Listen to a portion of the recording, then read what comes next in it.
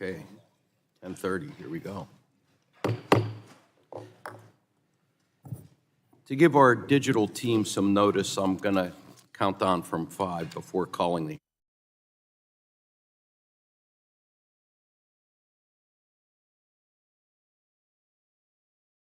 On Communications and Technology will now come to order.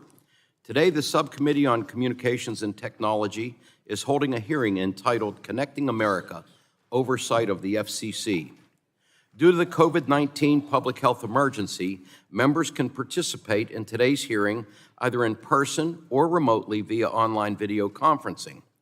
In accordance with the updated guidance issued by the attending physician, members, staff, and members of the press present in the hearing room are not required to wear a mask, although you can do so if you want to.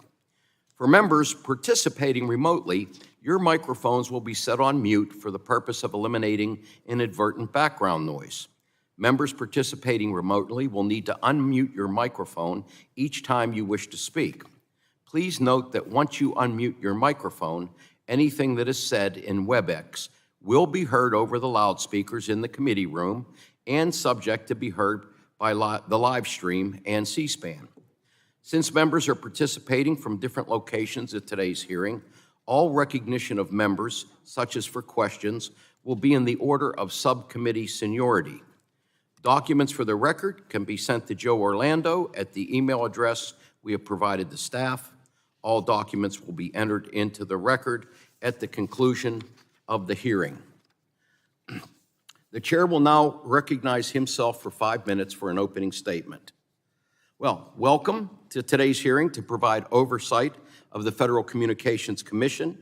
I'm glad to have Chairwoman Rosenworcel and Commissioners Carr, Starks, and Symington with us today. It's great to have you all here, especially now that the President finally took my advice and made Ms. Rosenworcel the permanent chairwoman of the Commission. I'm sure he had lots of other advice besides mine. It's an incredibly deserved honor. And I think the bipartisan work of the Commission during this period is a testament to that. I hope soon the Senate will confirm Gigi Sohn also to bring the Commission to full strength. Ms. Sohn's knowledge of communications policy and dedication to consumer protection are exemplary. The FCC and the American public will be well served with her nomination. And I also want to commend all 4 of you for your outstanding bipartisan work to deliver for the American people as you await your 5th colleague. The FCC has a broad mission, regulating communications by wire, radio, satellite, and cable, with a mandate to promote competition, investment, diversity, and security in our nation's communication networks. It is also the congressionally designated body to regulate commercial spectrum and make spectrum assignments. The FCC should be applauded for tackling such a wide array of duties with the limited budget and staff it is afforded.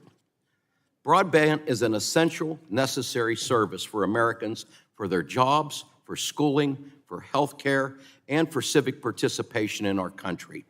With this in mind, Congress made historic investments through the CARES Act, the 2020 Omnibus, and the American Rescue Plan, and the Infrastructure Investment and Jobs Act to connect our schools, students, low-income households, tribal communities, and those in need of health care services.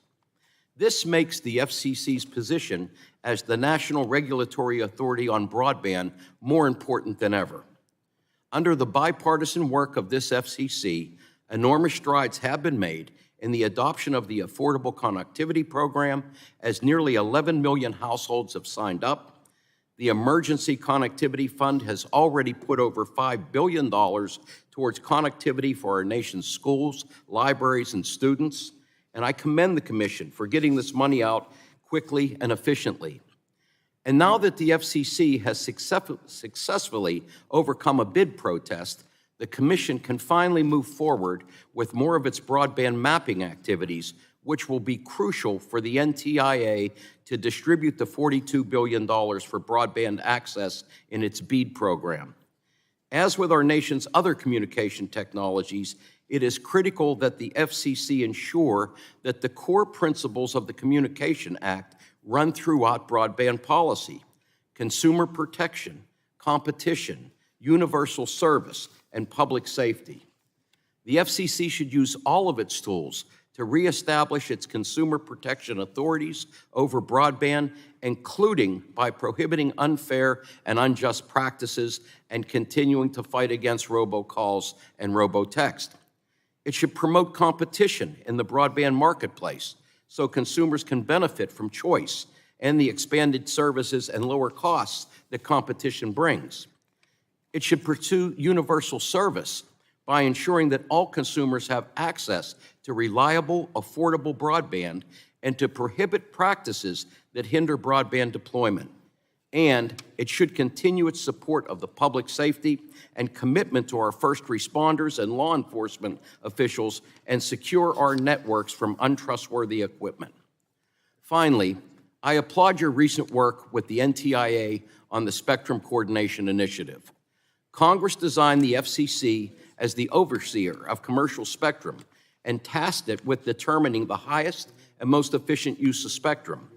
It has a long history of basing its decisions on the science and engineering facts brought before it, and we need to bolster its spectrum management processes that have made the United States the global leader in technology. To that end, I hope we can revisit the lower 3 gigahertz band in a way to both protect the incumbent users and maximize commercial use as envisioned in the Spectrum Innovation Act. And Congress should reauthorize the FCC's authority to conduct auctions, particularly in light of the upcoming 2.5 gigahertz auction that is so important to 5G and the rural wireless community. This committee has entrusted the Commission with a great deal of responsibility, and it's going to take all of us working together to successfully connect all of our communities, protect our constituents, and ensure the continued leadership of the United States. Thank you to the commissioners for coming before us today. I look forward to hearing your testimony, and now it gives me great pleasure to recognize my good friend, Ranking Member Latta. Well, thank you, Mr. Chairman, and I greatly appreciate this hearing today. And also thanks to our commissioners for being with us today. And, this is the first FCC oversight hearing held by the Communications Technology Subcommittee this Congress. And again, I want to congratulate you, Madam Chair, for your confirmation. Commissioner Symington, for your first visit here with us. And also, I want to thank Commissioner Carr for coming out to the district again to see what's happening, especially during COVID. So I really appreciate it. Well, it's been a year and a half since the Commission last testified before us. Much has happened in the communications industry, and we have many important topics covered today. Since the onset of the COVID-19 pandemic, Congress appropriated billions of dollars to the FCC to establish programs to connect low-income Americans to the internet for distance learning and telehealth. We also appropriated tens of billions of dollars across federal agencies to expand broadband infrastructure across the United States. While these programs were necessary at the time to help Americans stay connected through the pandemic, it's encouraging that broadband prices in the United States continue to become more affordable thanks to the private sector offerings. Recent government and industry data confirm that when adjusted for inflation, the cost of broadband is decreasing while speeds are increasing. In fact, the $30 per month subsidy that will be available to Americans through the Affordable Connectivity Program is higher than the cost of plans being offered by certain broadband providers. That doesn't quite seem to add up. What is clear is why adoption continues to be a problem. If cost is the primary driver of non-adoption, then theoretically, every American who has broadband services offered in their community should have broadband.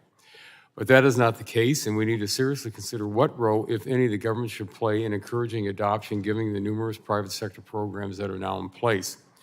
We need to continue to focus on deploying broadband where it doesn't exist. As agencies implement programs authorizing the Infrastructure Investment and Jobs Act, it's imperative that we do not pick winners and losers. And let me say it again, we cannot pick winners and losers. And existing programs like the Rural Digital Opportunity Fund are not undermined. With the investment landscape changing, it is essential for federal agencies to rely on the FCC's forthcoming broadband maps to avoid overbuilding on federally subsidized duplicate projects. Given the incredible volume of work the FCC has completed in establishing new programs in a short period of time, It is critical that the FCC is transparent and responsible to this committee in a timely manner.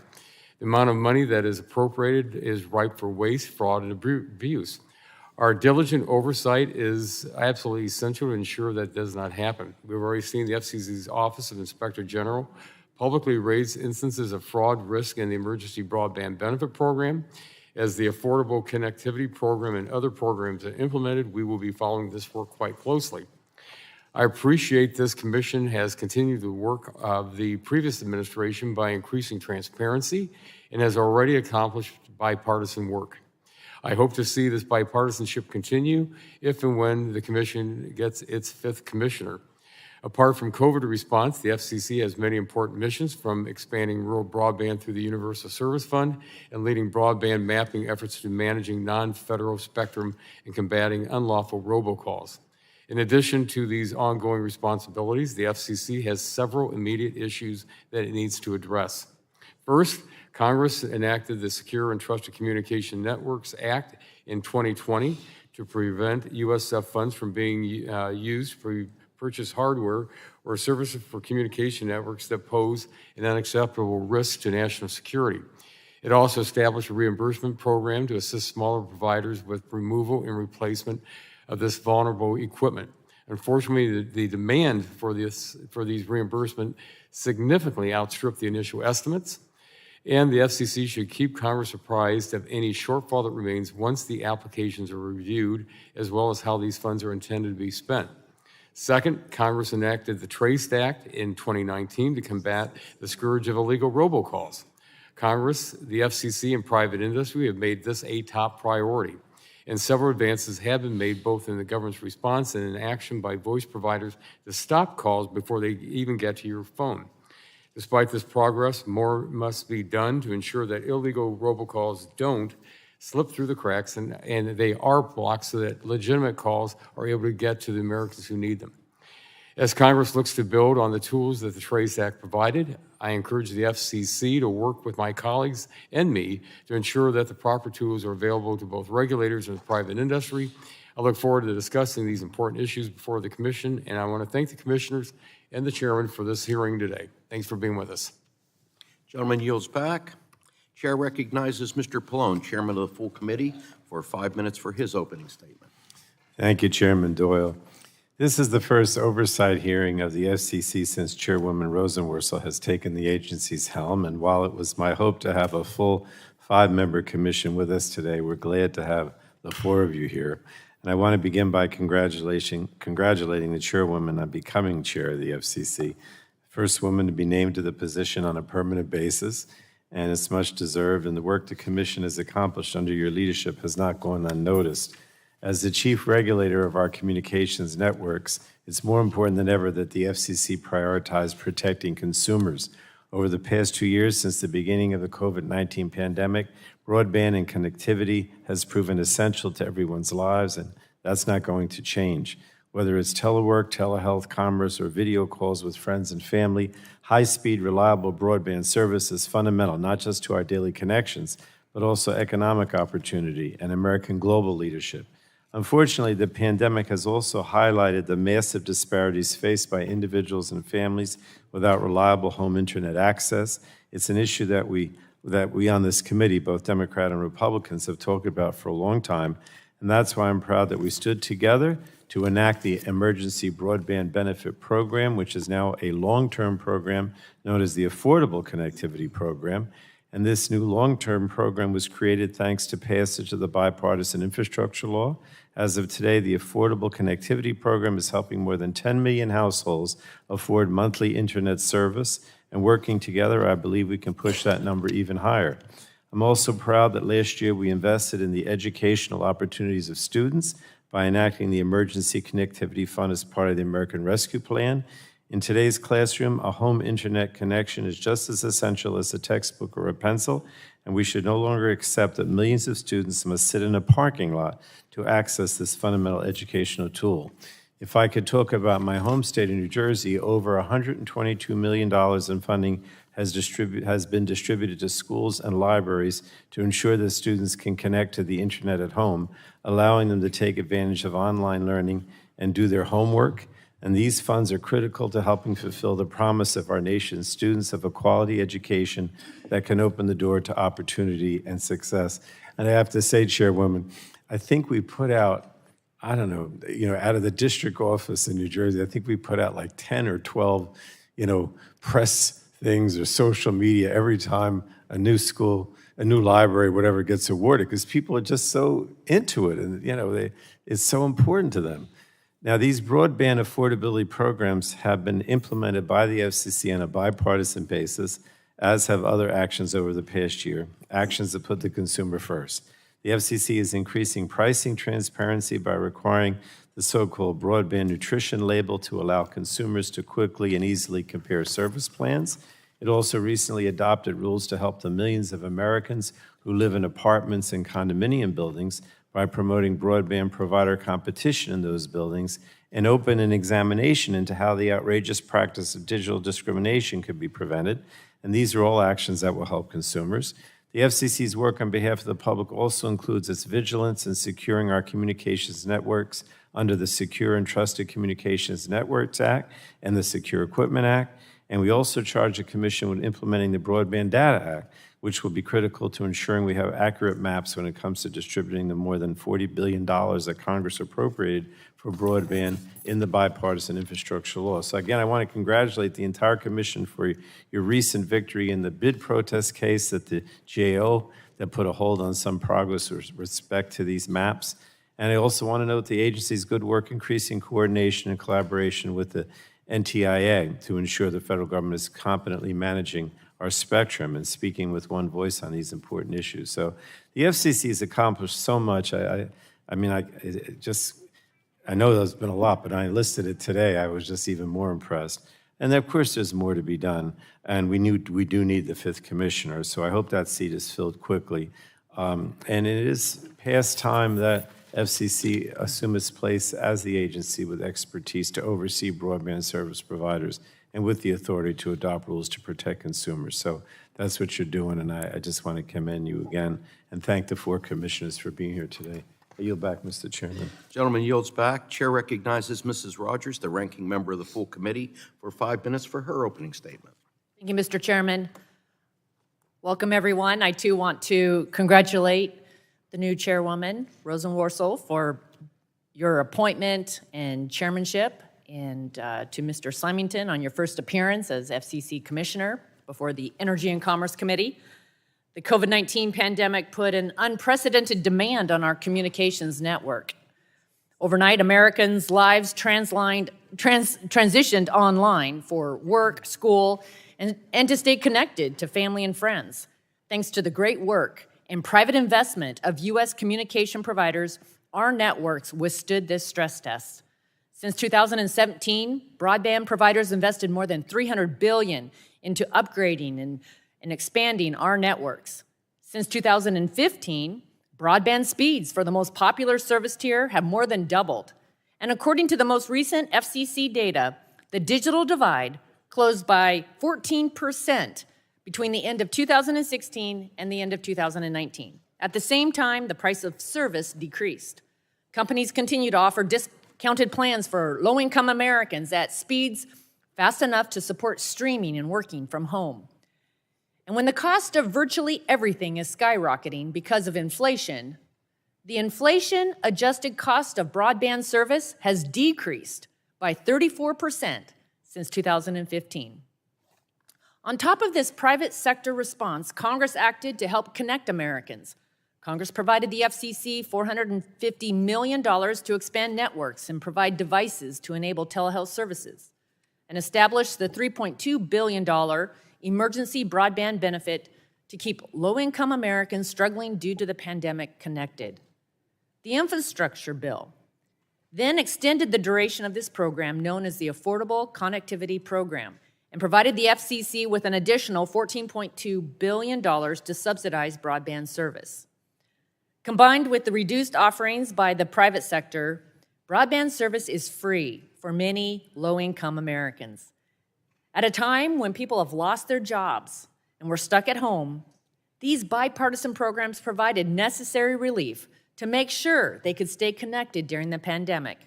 Now we must make sure these funds are not subject to waste, fraud, and abuse, and get Americans back to work and off of these temporary COVID-era government subsidy programs.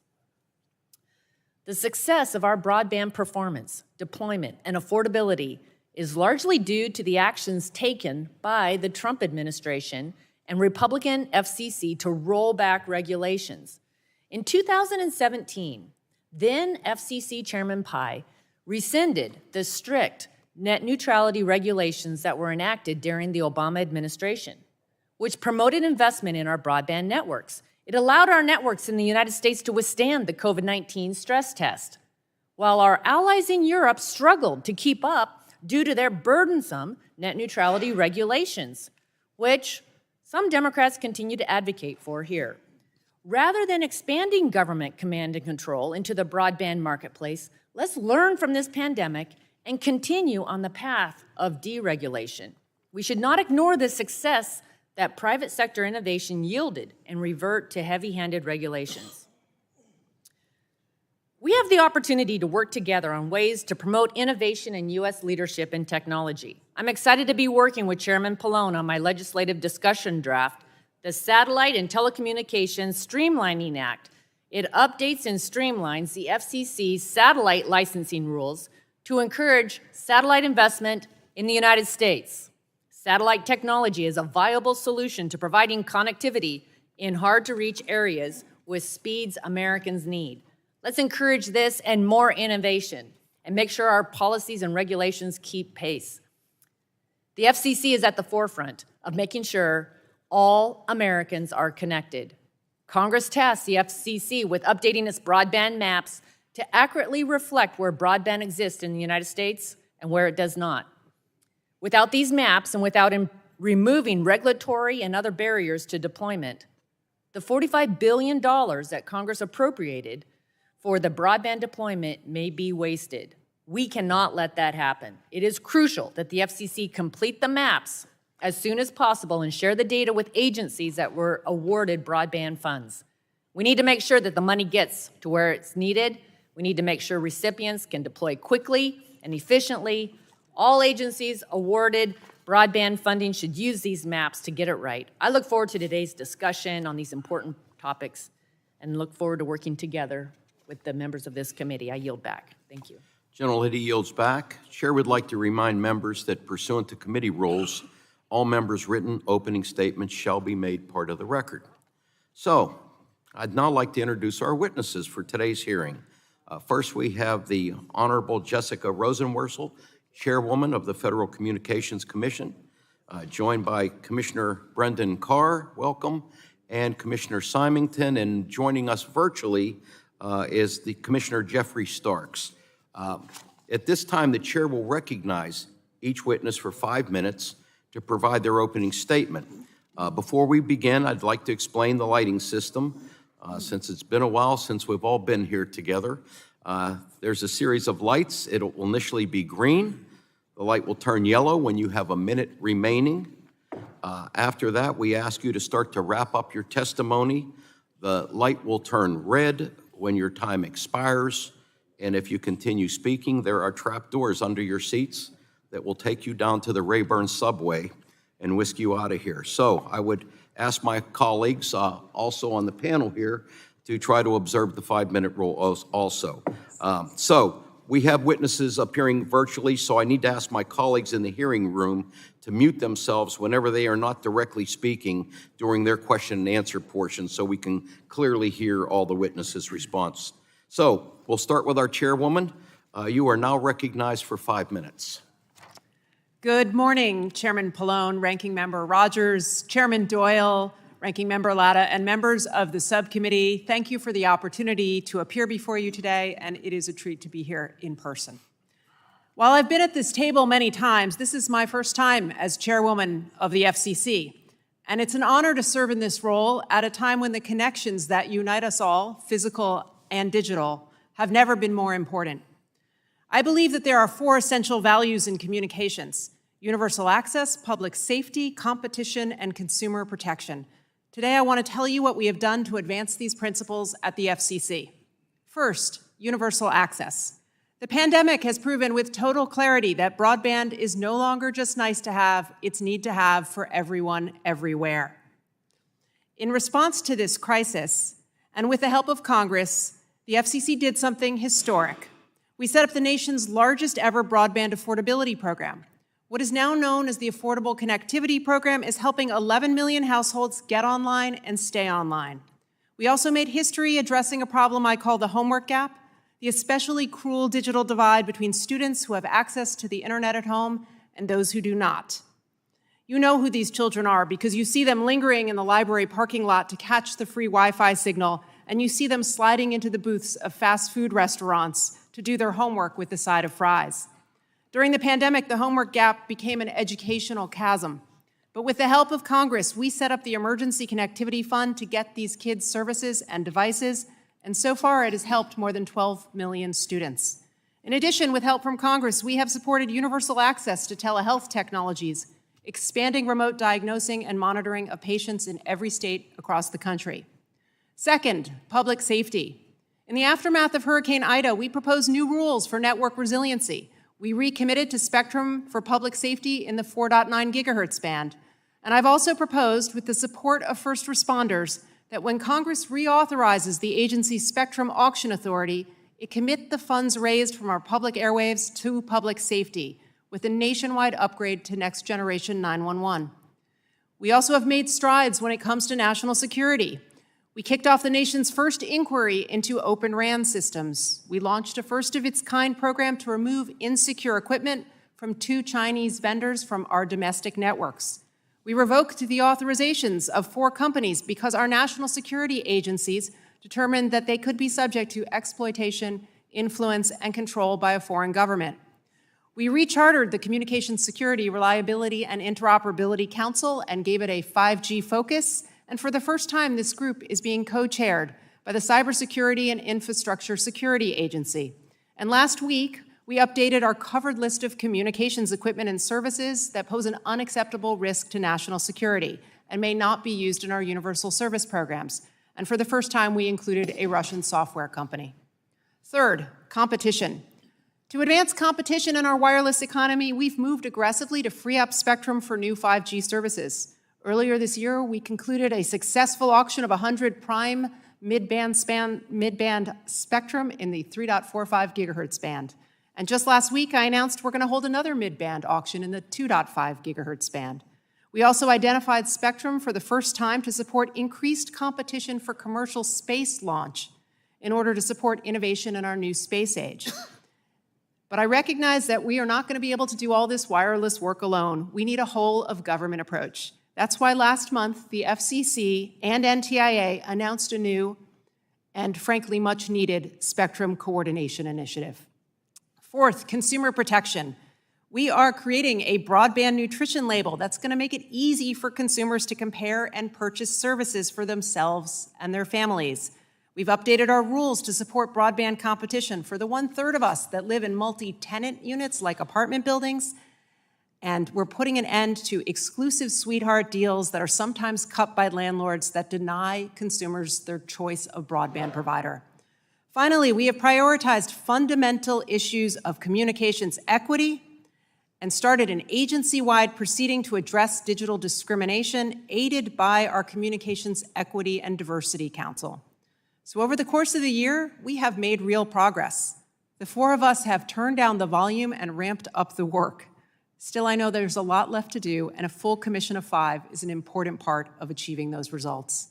So thank you for the opportunity to appear before you today. I look forward to any questions you might have. Chairwoman yields back. Thank you very much. Chair now recognizes Commissioner Carr for 5 minutes.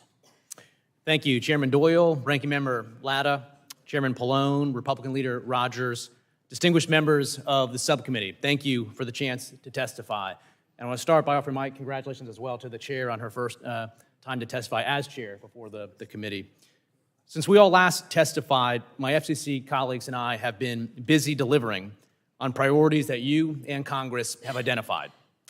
We've promoted competition in the broadband market, including by giving Americans that live in apartments and public housing more choice for high-speed service. On spectrum, we've worked together on a successful auction of mid-band airwaves earlier this year and have another one set for this summer. On telehealth, we've extended the life-saving benefits of this technology by awarding $550 million to telecare providers. We've taken bipartisan action as well to close the affordability portion of the digital divide, standing up a record-setting $24 billion in new low-income initiatives. And we've come together to advance our national security as well. Over the last 5 months alone, we revoked the operating authority of 4 different carriers that posed threats. Of course, there's more we can do to extend America's leadership. That's why I included a series of ideas in my testimony on spectrum, infrastructure, and national security that are ripe for action. Outside the FCC, there are some emerging trends that concern me. I'll start with the effort by agencies to deviate from the clear statutory process that Congress established for regulating our nation's airwaves. Congress long ago determined that an independent expert agency, the FCC, makes the final call on these rules. Yet on C-band, executive branch agencies turned Congress's decision aside and broke from this tried and true process at the last minute. They replaced the FCC's rules with ones dictated behind closed doors. It's no surprise then that this chaotic approach resulted in 5G infrastructure laying fallow and canceled flights. And it's part of a dysfunctional trend, frankly, among agencies that disagree with the process that Congress established for reaching sound spectrum decisions. As Chairman Doyle and Ranking Member Latta recently indicated in an op-ed, we should all stand up for the statutory process. Otherwise, we're only inviting agencies to engage in additional actions that can derail U.S. 5G leadership.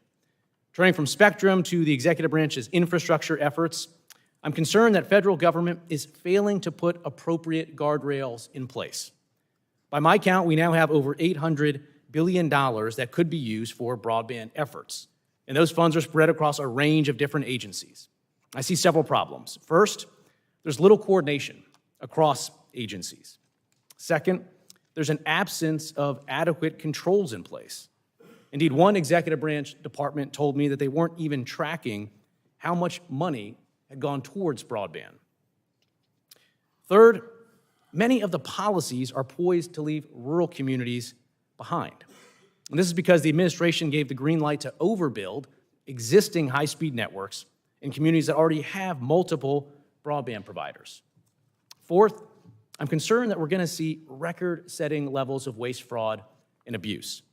The FCC's Inspector General already issued a troubling report about one of our new programs. We can't waste resources here, particularly because of the supply chain and workforce shortages that are yet to be solved. Finally, I want to commend the committee members that are working to hold big tech accountable.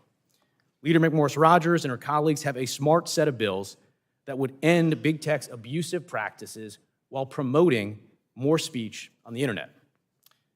Reining in big tech is key because we now have a handful of corporations with state-like influence that shape everything from the information we consume to the places we shop. These corporate behemoths are not merely exercising market power. They are abusing dominant positions. They're not simply prevailing in the free market. They are taking advantage of a landscape that has been skewed by the government to favor their business models. Indeed, it's hard to imagine another industry where a greater gap exists between power and accountability. And that's why Congress needs to act. From 230 reform to transparency to non-discrimination rules to empowering consumers to make their own decisions about content moderation by letting them choose their own content filters or none at all. These steps will go a long way in bringing long overdue accountability to big tech. So in closing, I want to thank you for the opportunity to testify, and I look forward to your questions. Gentleman yields back. The chair will now recognize virtually Commissioner Starks. You're recognized for 5 minutes. Thank you, Chairman Doyle, Ranking Member Latta, Chairman Pallone, Ranking Member McMorris Rodgers, and members of the committee. Thank you for the opportunity to appear before you here today. Congratulations as well to Chairwoman Rosenworcel on your first oversight hearing. We stand truly at an inflection point in history. First, the COVID-19 pandemic has transformed the way we work, learn, and connect with each other. Second, the challenges of our day make clear that network security has never been more important. And finally, the consequences of climate change are becoming alarmingly clear. The FCC has an indispensable role to play on each of these fronts. And for my part, I am proud to say that we are helping make America more equitable, more secure, and more sustainable. Our longstanding digital divide has morphed into a monstrous COVID-19 divide.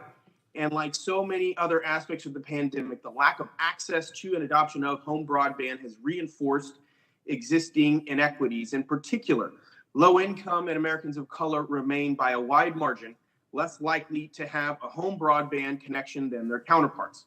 The $14.2 billion Affordable Connectivity Program is changing that, converting EBB to a pandemic-focused long-term part of the FCC's work. And the chairwoman, along with my colleagues, supported my proposal to start work on an ACP pilot program to expand participation by households that benefit from federal public housing assistance. That's more than 5 million households that benefit from federal rental assistance. That includes public housing and Section 8, the Housing Choice Voucher Program. And I plan to focus my efforts here where there, I believe, is a clear synergy between housing and connectivity. If we're helping a family secure housing, we should be able to help them secure an online connection in that home.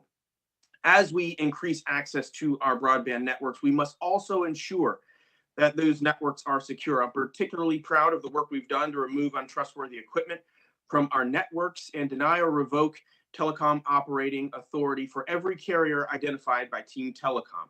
But our work is not complete. I've called for the commission to work with Congress and the administration to examine how to tackle network security threats like foreign-owned data centers. In cooperation with the relevant executive branch agencies, the commission should commence an inquiry to identify all U.S.-based data centers owned and operated by companies subject to the laws and jurisdiction of adversary states, identify on a confidential basis the services provided by these data centers and their customers. Third, ascertain whether the data centers present a risk of interception, tampering, or blocking of U.S. communications and information. And last, identify any legal authority of the FCC or any other regulatory body to protect the U.S. communications stored within or transit these data centers. For example, Executive Order 13873 delegates authority to Commerce over transactions involving information in the ICT that pose national security risks. The Commission itself also might have oversight through its licensing authority for undersea cable landing sites, given that data centers, as well as those overseas, rely on such cables to transmit information between the U.S. and the rest of the world. Finally, I have to address another issue that will define our shared and collective future, and that is the environment and the important role that I see the telecommunications and technology sector playing. Here, there are at least, I think, 4 ways that we can drive impact. First, we continue to optimize the efficient use of spectrum, a finite resource, while at the same time enabling devices that draw less power. Spectral efficiency and saving energy are a must-have here, doing more while using less.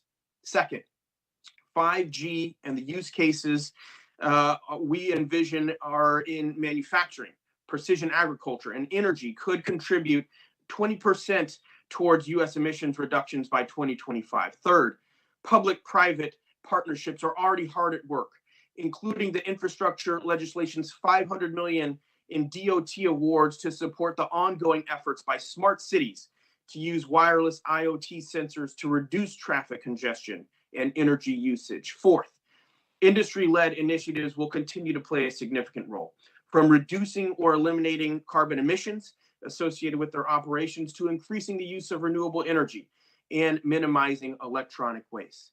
Thank you so much for inviting me today. I was looking forward to joining the committee in person, but unfortunately, like many, have a sick child here at home, and so necessitates that I join virtually. But thank you and look forward to your questions. Thank you, Commissioner, and hope your little one's feeling better. We'll now recognize Commissioner Symington for 5 minutes. Thank you, Chairman Pallone, Ranking Member Rodgers, Chairman Doyle, Ranking Member Latta, and distinguished members of the subcommittee. It is a privilege to appear before you today. I'd like to join you and the rest of my colleagues in congratulating the chairwoman in her first appearance here as permanent chairwoman. And of course, this is a particular honor for me because this is my first opportunity to testify before the subcommittee at all. And I'll watch out for the Rayburn subway. Serving on a divided commission has been an education for me in the fundamentally nonpartisan nature of the work of an expert agency. Working on fair allocation of regulatory fees or construction of spectrum auction rules is simply outside of partisan consideration. And while at the FCC, I've tried to base my own approach on the professionalism of our great agency staff.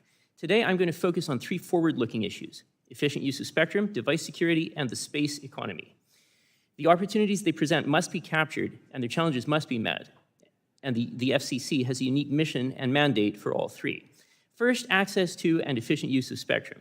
The FCC and NTIA must balance the interests of commercial spectrum users and federal spectrum incumbents. Generally, licensed commercial users prefer and get the most value from full-power exclusive use licenses. Generally, when coordinating with the commercial sector, federal incumbents prefer and feel best able to fulfill their obligations with spectrum sharing and look towards dynamic spectrum allocation. Both types of users, however, benefit from clearer rules and certainty for their operations, and the FCC can improve things for all spectrum users by creating a clearer protection rights regime. The FCC should examine how and when receivers are protected from interference, while specifically defining what interference constitutes so that safe harbors can be created. An interference limit policy would provide certainty to radio systems operators and receiver manufacturers and therefore benefit the end users, which today means every American. Increased signal strength from transmitters can provide improved reception, but increasing power levels requires receivers in adjacent bands to be able to reject unwanted signals outside their frequencies. We can look for efficiencies at the Commission in a band-by-band fashion, where spectrum is densest or where protection of high-value services is of greatest importance. My office has been examining this issue for over a year, and we want to sincerely thank Chairwoman Rosenworcel for the forthcoming introduction of a notice of inquiry. We must boldly re-examine the status quo in interference protection. Today, we have dense co-location of wireless edge devices, and it's getting denser fast. The 5G revolution isn't just about an improved consumer experience on the cell phone. To get technological advances that we want in public safety, medicine, and industry, we need to put those services on 5G. We are going to switch on billions of new wireless devices over the next decade. Those devices are going to be operating in dense spectrum neighborhoods. So the rules of the road on interference protection have to be crystal clear, but we also have to be clear about the security challenges of using wireless devices at greater scale, which leads me to my second issue, device security. The FCC is not a cybersecurity agency, but our mission includes protecting the availability of wireless spectrum, a scarce and fragile resource for the use of the government and the public. Traditionally, we've fulfilled this role by requiring that wireless transmitters pass a battery of FCC tests and operate within narrowly confined parameters. Creating scientific standards for what constitutes harmful interference will further protect users of spectrum from harmful interference, but even if every transmitter and receiver in America is designed to meet stringent performance standards, another problem still remains. These devices are increasingly not static circuits, which could be expected to behave consistently for the life of the device. As more and more static devices are retired, they're being replaced or upgraded with software-controlled devices, often running multiple operating systems from different providers. These systems are inherently more vulnerable than a wired system or a single-purpose system to a cyber attack, and those attacks can turn a device that performed perfectly well on our workbench into a signal jammer. I worry especially about the ability of any attacker to hijack multiple wireless devices at once, thereby crafting a remote denial of service attack via mass signal jamming. Addressing wireless security for the new wireless era will protect Americans against domestic and foreign threats as we use more and more wireless services. Lastly, I'd like to touch briefly on the space economy.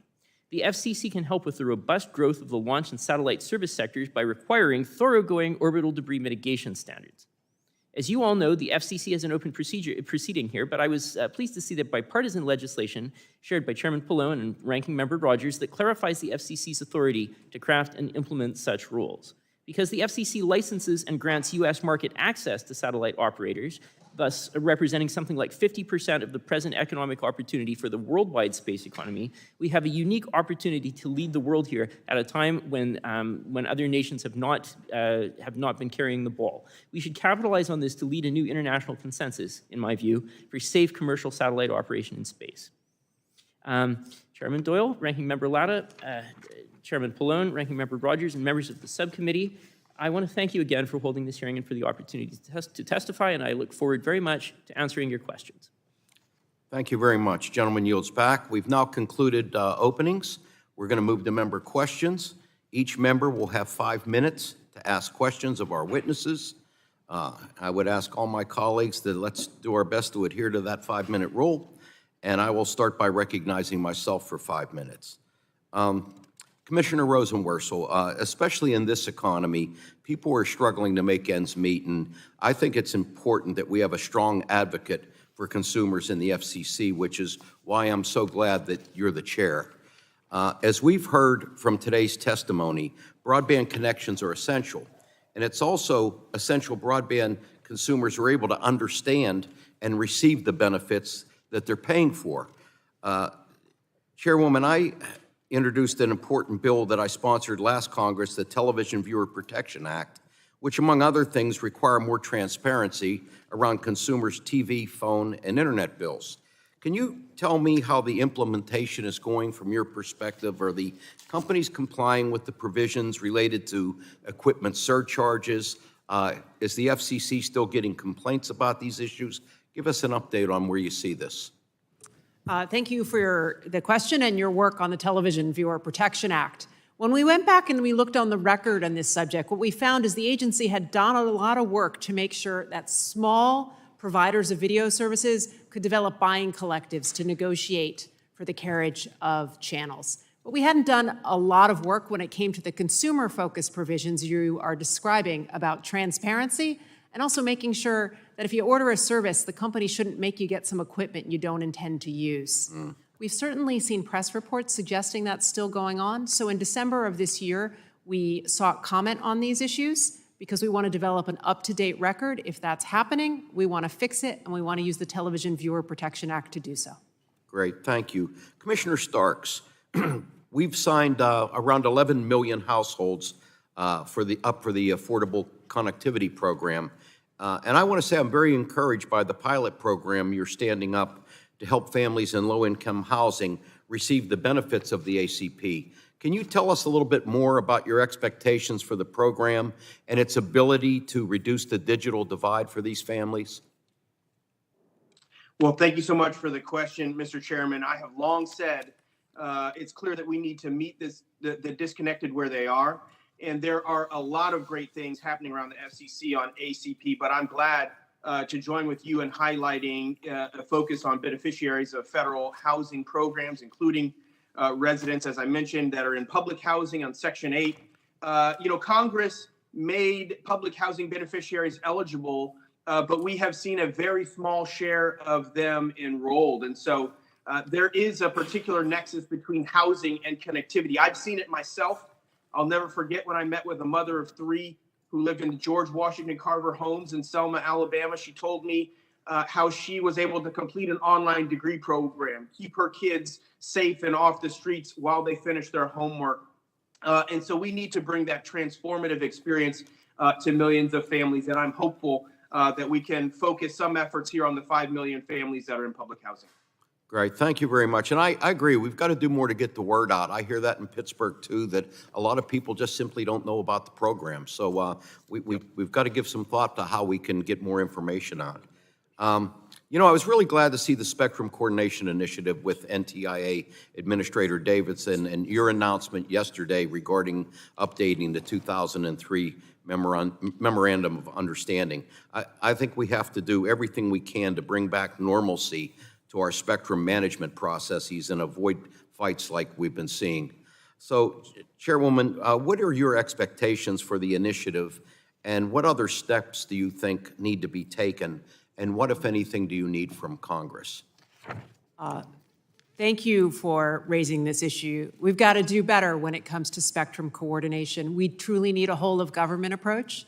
So very shortly after Alan Davidson was appointed to his role at the NTIA, I reached out and we set up this initiative to make clear that we have goals, and those goals include working closely together. With respect to Congress, I want to make sure that you pay attention to our work, and if you see areas for improvement, you let us know what they are. But I would also like you to reinforce the NTIA Act. That's the law you passed to set up NTIA, to make them the overseer and advisor of federal spectrum interests. I want NTIA to continue to be able to speak for federal spectrum interests and not just the agencies themselves. So elevating NTIA and its authority in the discussion, just as Congress intended, is really important going forward. Thank you very much. And to set a good example for my colleagues, I'm yielding back 10 seconds. The chair now recognizes, the chair now recognizes Mr. Latta. Well, thank you, Mr. Chairman. Thanks again to our witnesses for being with us today. Chairman McMorris, according to the publicly available data from the Bureau of Labor Statistics, inflation-adjusted broadband prices have dropped approximately 15% since 2010. In fact, according to the FCC's own data from the Urban Rates Survey, the inflation-adjusted change in the most popular broadband tiers has decreased 34% since 2015. Americans are getting more broadband for their buck. Chairwoman, do you agree with the FCC's data that consumers are getting better broadband service offerings for comparably lower and affordable prices? Well, what I'd like to do is take advantage of the new legislation that you've offered us in the Infrastructure Investment and Jobs Act, which expressly tasks us with doing a study on what prices are for the plans that are being ordered by anyone who is on the Affordable Connectivity Program. And I think that that's going to provide an opportunity to provide updated data. I truly hope that it reflects exactly the kind of data you just shared with me. Well, thank you.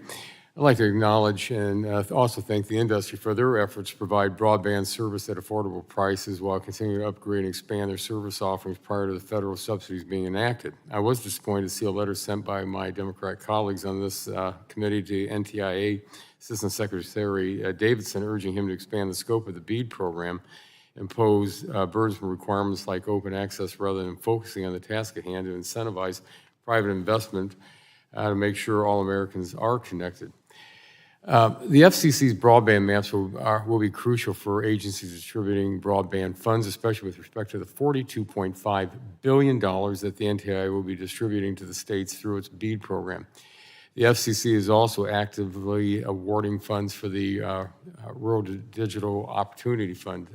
Chairman, in March 2020, you testified before the Senate that the FCC could radically improve its broadband maps within 3 to 6 months. Congress provided $98 million to the FCC to implement its mapping activities in December of 2020. And since you've been leading the FCC, it's been about 2 years since you made the statement to the Senate, and yet we still, unfortunately, don't have maps. The FCC recently announced the deadline for providers to submit mapping data to the FCC is September 1st. How long after that date do you contemplate that we're going to have complete maps? And do you commit to getting these maps done before the end of the year? Well, the answer to your final question is absolutely yes, we will have maps in the fall. I want to unpack a few of the other things that you mentioned there. You mentioned comments that I made in March of pre-pandemic days. That was a reference to the maps that we used to inform our Rural Digital Opportunity Fund. As you may know, we've had a lot of problems with the preliminary awards in that program because the last administration awarded rural broadband funding to the Pentagon parking lots, the parking lot at LA International Airport, and a whole bunch of traffic medians. The bottom line is that we got to do better than that. And so we have taken advantage of the law that this committee worked on, the Broadband Data Act, which requires us to build better maps. And I think you and I can agree the best time to do that would have been 5 years ago, but the second best time is right now. And my goal is to build the kind of maps that are not just good for the moment we're in, but provide a framework and a structure that people can use 5 to 10 years from now when they sit in this same seat. So we are following that law to a T. We're dotting every I. We are making sure that we do everything that you requested. We have brought in a broadband and data architect. We've acquired systems to make sure we have the capacity to manipulate this data. We've beta tested those systems with wireless broadband maps and new propagation models. And we also acquired, we set up a contract for a broadband location fabric, which is required under the law. As Chairman Doyle mentioned, we got slowed up in that process because federal contracting rules required us to put our pencils down for 100 days. But we were victorious earlier this month, and now it's all systems go. The broadband data location fabric's being built, and in June of this year, carriers will start filing their data with us, and we will convert that data into maps in the fall. Well, thank you very much. Commissioner Carr, just real briefly, As we look, are there any other things that we could do to help in making sure that we don't have an federally subsidized overbuilding by our agencies out there like we've had in the past? Because we don't want that competition out there. And I'm sorry, I got about 12 seconds.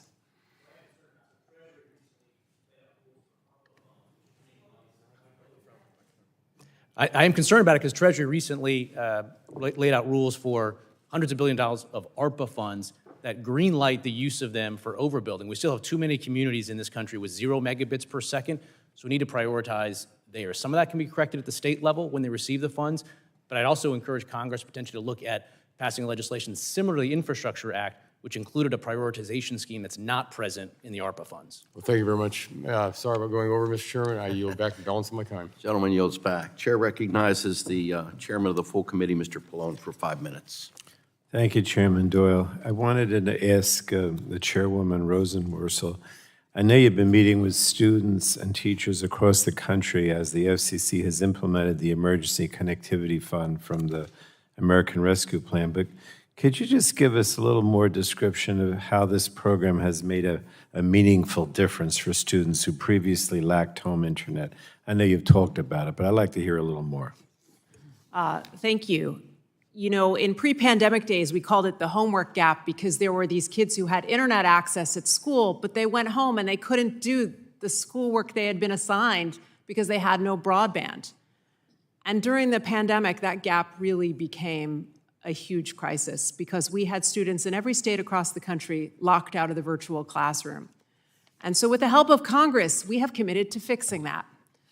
As a result of the Emergency Connectivity Fund, we have made a meaningful dent in the homework gap. We've helped more than 12 million students get devices and connections at home. And we've been able to do that by supporting libraries and schools in every state across the country. I think when we look back, we will look at that law and this moment as the one where we decided that just like every student should be able to have paper and a pencil to do their schoolwork, they also need internet access. Thank you. Let me ask Commissioner Stark. We know that the cost of monthly internet service is too much for a lot of people to afford, and that's why, again, on a bipartisan basis, we created this emergency broadband benefit, which was turned into a long-term affordable connectivity program in the bipartisan infrastructure law. So, Commissioner Stark, can you describe why it is so important that economically vulnerable households can access reliable internet service and how this ACP helps with that, if you would? Yes, thank you for the question, Mr. Chairman. All the advanced infrastructure in the world won't help if ordinary Americans cannot afford to buy broadband service it supports. For tens of millions of Americans, we know the data shows that the price is just too high. Almost 47 million Americans, 18 million households remain offline just because they can't afford their internet connections. And millions more have had to make a difficult sacrifice in order to keep their broadband on. And, I've said no family should have to choose between keeping the lights on and a broadband connection, but we know that they do. The fact of the matter is that you have so many folks, especially through the pandemic, who need their kids educated, who have lost their jobs, are looking to get additional job training and making sure that they have something that can power their household is absolutely essential. And the once-in-a-generation investment that you all have made is critical. Thank you. Let me just, I want to commend, I guess all I'm doing today is commending the FCC, which is kind of unusual. I don't always do that with all the agencies that come in here. But I wanted to commend you on the swift action it took to address the instances of fraud by providers in the program that was uncovered by the Inspector General and exactly how that system is supposed to work. But I'll go back to Chairwoman Rosenworcel. Can you say a few words about why the Inspector General alerting system and corresponding FCC action is important to maintain program integrity in a program like the ACP? Sure. Congress gave us 60 days to set up the nation's largest ever broadband affordability program and also asked the Inspector General to take a close look. So this is working exactly as intended. The Inspector General saw that we had set up a streamlined process for community-eligible participation schools, which are schools with very high percentages of students on the free and reduced lunch program. And they suggested to us that the process we had set up created a loophole and that we were seeing spikes in demand in those locations that looked out of the ordinary. And so upon learning on that, we immediately shut that portal down, required more documentation, referred any bad actors to our enforcement unit, and we also reached out to every single subscriber who had signed up for the program through that portal to recertify and re-verify them. And in that process, we've identified some companies and some agents who've been problematic, and we will hold them to account. Oh, thank you so much. Thank you, Chairman. Gentleman yields back. Chair now recognizes Mrs. Rodgers, full committee ranking member, for 5 minutes to ask questions. Thank you, Mr. Chairman. Chairwoman Rosenworcel, I thank you for your support of the draft legislation we're working on to modernize the satellite communications licensing process. In 2020, approximately 2/3 of the investment in space startups took place in the United States, and we want to encourage that innovation. What challenges is the FCC facing with the current satellite licensing process, and how can Congress help? This is a really exciting time for space technology. We had $10 billion of investment in the United States in the space sector last year. We launched more than 1,700 satellites, which is more than we ever have in human history. Now, the challenge we face with all this activity is to make sure our regulatory structures keep up. And I think on that score, we do have work to do because they were built for an era when satellites were sent up only occasionally. We didn't have large systems with constellations with thousands of satellites. We just had a handful. So what we're going to have to do is come up with more people who can work in our agency on satellite policy, faster turnaround times, with shorter deadlines, and more thoughtful approaches to some hard issues like orbital debris. And that's certainly something that I hope that we can work together with this committee on and do some work on a bipartisan basis at the agency. I look forward to it too, also. Thank you. To all the commissioners, starting with the chair, at her second confirmation hearing, FCC Commissioner nominee Gigi Sohn responded to a question from Senator Moran stating, quote, "At the last hearing, I expressly disavowed any support for the FCC implementing rate regulation." And then went on to say, the FCC tried to do it in cable in the 90s. It didn't work out well. I'd like to ask, do you support rate regulation? I support consumer protection, but don't believe that that is the place that we should go in order to manage the broadband industry on a going forward basis. Thank you. Mr. Carr? No, I don't. I think here it's important, too, to be clear that there's two forms of rate regulation. There's rate regulation we call ex post, meaning tariffing on the front end, and then there's application of just and reasonable standards on the back end. And I think when we talk rate regulation, we should be clear, I'm against both forms of rate regulation as to broadband internet access service. Thank you. Mr. Symington? I'd like to echo my colleague's sentiments. I'm opposed to all forms of rate regulation, and in particular, I would like to ask the question, what exactly it would even mean to tariff a broadband connection? I don't think there's any analogy from telephone service. Okay. Mr. Starks? Yes, for my part, going forward, I have not envisioned rate regulation as part of our broadband regulatory scheme. Thank you. Commissioner Carr, you've been a vocal proponent of using the FCC to advance the deployment of next-gen technologies. One of my biggest concerns with the FCC using Title II of the Communications Act to regulate is that it unnecessarily restricts innovation. In the past, Republicans on this committee have put forth a menu of legislative options that protect consumers while enabling innovation in network performance, such as virtualization, network slicing, or faster speeds. What would the impact of Title II regulations have on these emerging technologies, and do they run the risk of ceding leadership to China if we restrict innovation by over-regulating the broadband market? Yes, they do. I think it's important to distinguish, on the one hand, consumer protection, net neutrality rules, where there's a lot of common ground, and Title II as a legal framework. We need to look no further, as you indicated in your opening, to Europe. When COVID-19 hit, it was a global stress test of our internet ecosystem. Traffic surged around the world. And in Europe, regulators there had to ask streamers like Netflix to degrade the quality of the service because they thought that the networks, the continent's networks would break. We didn't see that here in the US because we had the right regulatory framework in place that incentivized investments before, but also to your point, actively. There was node splitting going on. There was adding of capacity. There was managing of the network to ensure that it worked. And to your point, we need innovation in the network going forward, so we don't want to put a straitjacket of Title II in that situation. Thank you. Mr. Chairman, I'd like to enter a letter you sent to the FCC Chairman Janikowski, where you expressed concern with the FCC using Title II of the Communications Act to reclassify broadband as a telecommunications service, saying that any action that needs to be taken in this space, quote, is a job for Congress. I'd agree and hope that we can work together on that going forward. Without objection, so ordered.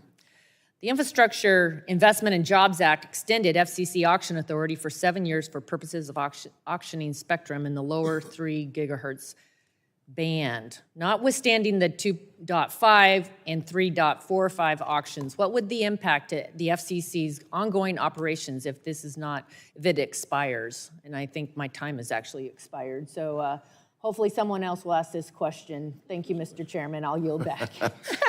I thank the ranking member. Chair now recognizes Mr. McNerney for 5 minutes. I thank the chair, and I thank the commission for your work, and congratulate the chairwoman. These past couple of years have highlighted why it's so important to make sure that everyone who wants reliable broadband access at home is able to get it. However, for too many people in my district, the cost of monthly service is really just too high. I'm proud that Congress has made our historic investment to help low-income Americans afford broadband through the Affordable Connectivity Fund, which is helping over 1.2 million Californians. It's also very important for students to have reliable broadband access in their homes.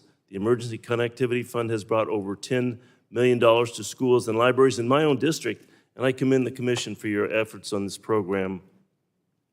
I also want to voice my support for a meaningful FCC authority over broadband internet service providers.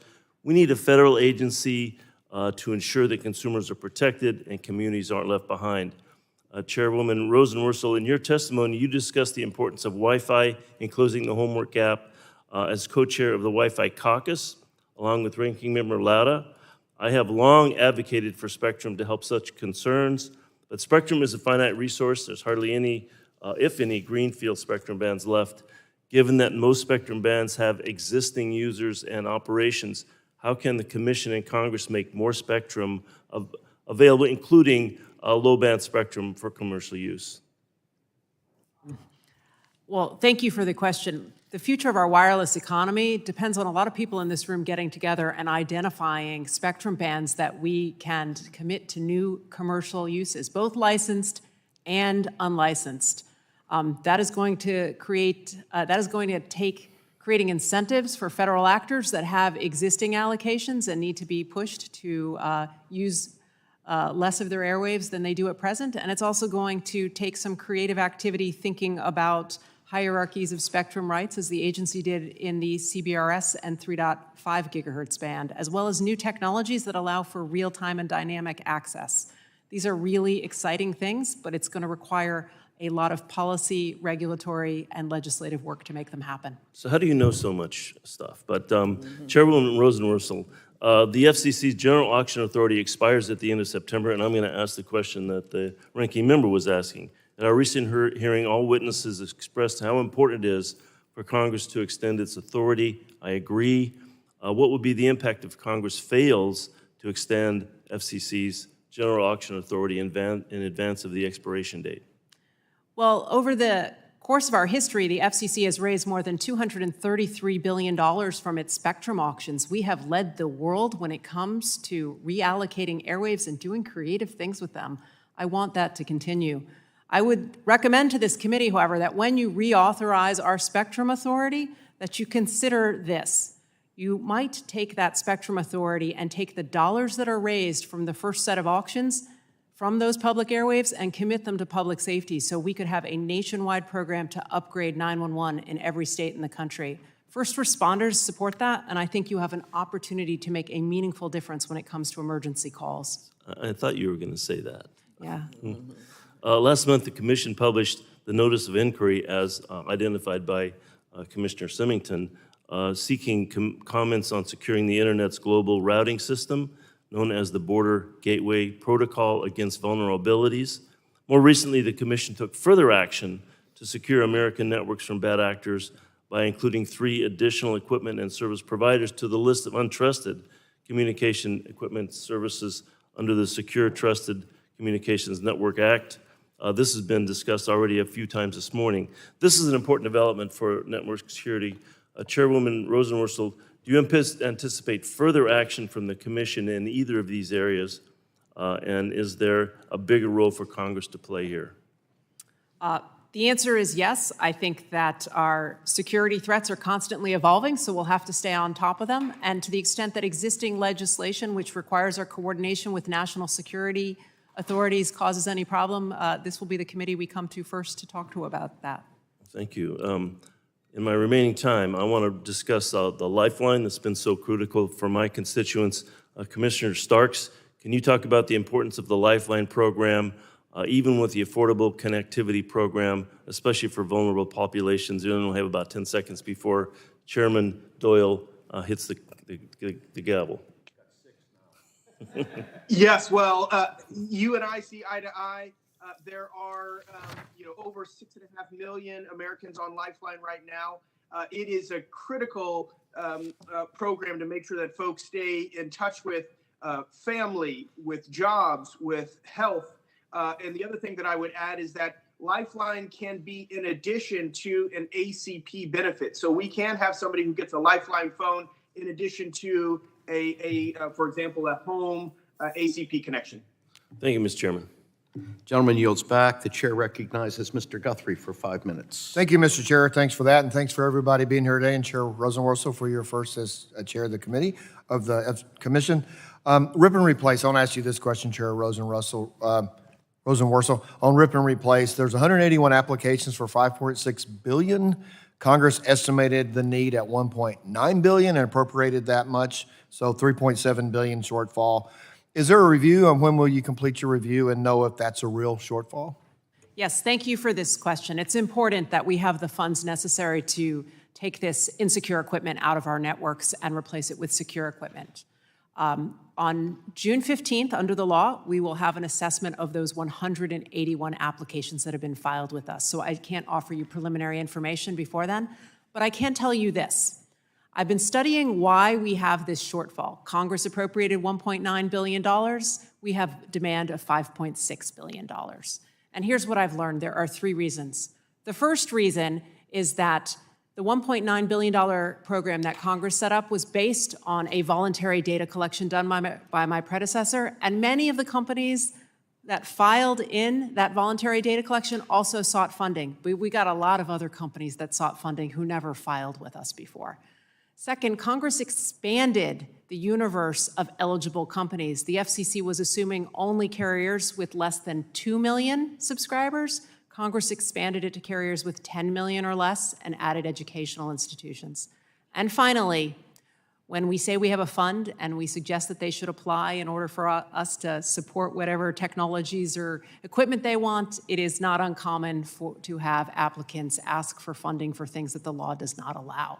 So those 3 reasons contributed to the $5.6 billion you're referencing, and by June 15th, we'll be able to speak with authority on how much the demand truly is. Good. Does the law allow recovery for like legal fees, permitting process? Is that part of the services in the law? I believe there's some of that, but it's more limited, and I'd like to go back and actually get back to you on that so I'm more precise. Thanks. My understanding, and maybe Commissioner Carr, so we'll kind of move this around a little bit. My understanding is that some of the permitting process costs could be part of the $5.6 billion. Thanks for your answer, because that was helpful, Chair. But also, so I've introduced the Trusted Broadband Act, which would exempt carriers from the burdensome permitting requirements of NEPA and NHPA solely for removing dangerous equipment and replacing it. How would that be helpful? Would that be helpful in this cost and moving forward, Commissioner Carr? Very much so. Thank you, Congressman, for that legislation. And I agree with the chair that the first step has to be to identify how much fat is in that request. And then once we do that, we obviously need to make good on our commitment to providers. And to your point, if we can streamline the process of regulations and other red tape that's unnecessarily driving up the cost, we should do that. And so I commend you for that legislation. In fact, more broadly, when you look at all the money we're spending on infrastructure right now, there's sort of an absence of rationalizing NEPA and the HIPAA regulations. And if you're doing that, you're basically stepping on the gas and the brakes at the same time if you're not streamlining the infrastructure rules and just putting money into the process. Thanks. So Chair Rosenworcel, back to you. I have one of the biggest issues that I hear actually in my district, maybe not the biggest in the nation, but I hear is robocalls. And I know we passed the robocall bill, and one of my frequent persons who's brought this up to me says, well, you said you passed the law, and I'm still getting robocalls. He just got elected to the state senate, so he's gonna have to answer some of these when he deals with some of this as well. But it's a top concern, and so one of the requirements of the Trace Act was for the FCC and Department of Justice to establish a working group to identify barriers to the enforcement of robocall violations. However, the most recent annual FCC Trace Act report reported that the FCC lacks knowledge about the Justice Department's collections beyond 2 major referrals by FCC. So the question would be, how do you view the success of FCC and DOJ in enforcing criminal violation of robocalls, and kind of what would we expect in the future? Sure. Look, robocalls are annoying, and it is a nonstop effort to try to prevent them, stop them, and hold those who make them to account. If I could point something out, I feel like this committee did a lot of really great work on the Trace Act, but it is time for the next version of that law. And if I had some requests, I would say there are 2 of them. The first is that the Supreme Court recently reached a decision on the definition of auto dialer. And while it wasn't a robocalling case, it had the effect of reducing the FCC's authority over auto dialers generally, which reduces our authority to go after robocallers. The second thing, and this goes straight to what you mentioned about the Department of Justice, and I noticed that this was true with my predecessor, and it's true with me as well. We continue to enforce against bad actors, and you keep on telling us to ratchet up the fines, which we do. In fact, under my leadership, we issued a $225 million fine against a robocaller, the largest in our history. But then we take those fines and we hand them over to our colleagues at the Department of Justice, and I think the best I can say is that we hope and pray that they take them to court. I think that instead of just continuing this process, which predates my arrival, I think that this committee should consider giving us the authority to take those bad actors to court. I'd like to hold them to account, and I bet that every one of my colleagues would agree with the expansion of our authority like that, and I think it would have meaningful impact were we able to do more of that on the number of robocalls consumers actually receive. Well, thank you for that, and I'm over Gentleman's my time has expired. Chair now recognizes Ms. Clark for 5 minutes. Thank you so very much, Chairman Doyle and Ranking Member Latta, for holding this important oversight hearing, and to our esteemed panel of witnesses for participating. Technology has revolutionized the way consumers view television programming by enabling access to linear and on-demand programming through multiple distribution platforms. This transformation can be beneficial to small independent programmers attempting to break into the marketplace. However, independent programmers contend that multi-channel video programming distributors, or MVPDs, create barriers to entry by imposing certain unconditional and unreasonable contractual provisions that restrict competition and innovation, which effectively reduces consumers' access to diverse content. In 2016, the FCC proposed rulemaking that would prohibit certain types of contract provisions, but that proceeding was stalled under the previous administration. So my first question is for our chairwoman, and let me just add my voice to all of those who have congratulated you on assuming the chair of the FCC. Good morning, Chairwoman. Can you tell us, does the FCC plan to continue with proceedings to remove marketplace obstacles that could keep diverse and small independent programmers from reaching consumers? Yes, well, thank you for that. We need to find ways to get independent voices on the screen. And a lot of independent creators have a difficult time getting carried on our major video systems right now. And I know the FCC had a proceeding on this in 2014. And I think the thing we're going to have to do is start a new proceeding so it's up to date and actually reflects the way that people watch right now, because that's certainly changed in the last few years as we seek to find content on any screen handy. But we also need to find pathways for independent creators to be able to reach us. Well, thank you, Chairwoman. I also thank the entire commission for its work establishing the Emergency Connectivity Fund and the Affordable Connectivity Program, critical programs that keep Americans connected. Your efforts in this space have not gone unnoticed. Nearly 11 million households, including over 730,000 New Yorkers, have enrolled in the ACP, and in addition to getting help with their monthly internet bills, also now have access to strengthened consumer protections under the new program rules. Additionally, the comprehensive ACP Consumer Outreach Toolkit has helped partners and local communities increase awareness of the program to reach all eligible families. So, Commissioner Starks, can you expand on your testimony and share how the FCC plans to broaden its outreach efforts to increase participation in the programs like the ACP and ECF, as well as ensure funds continue to be available, especially for those who remain unconnected? Yes, thank you, Congresswoman. This has long been a priority of mine. In particular, one of my very first trips actually was to visit public housing in New York. And I saw the myriad challenges at the time, from the provider side to, of course, the household side as well. And so a lack of access to an adoption of broadband has reinforced existing inequities. We know that nearly 29% of Black households, 35% of Latinx households are disconnected.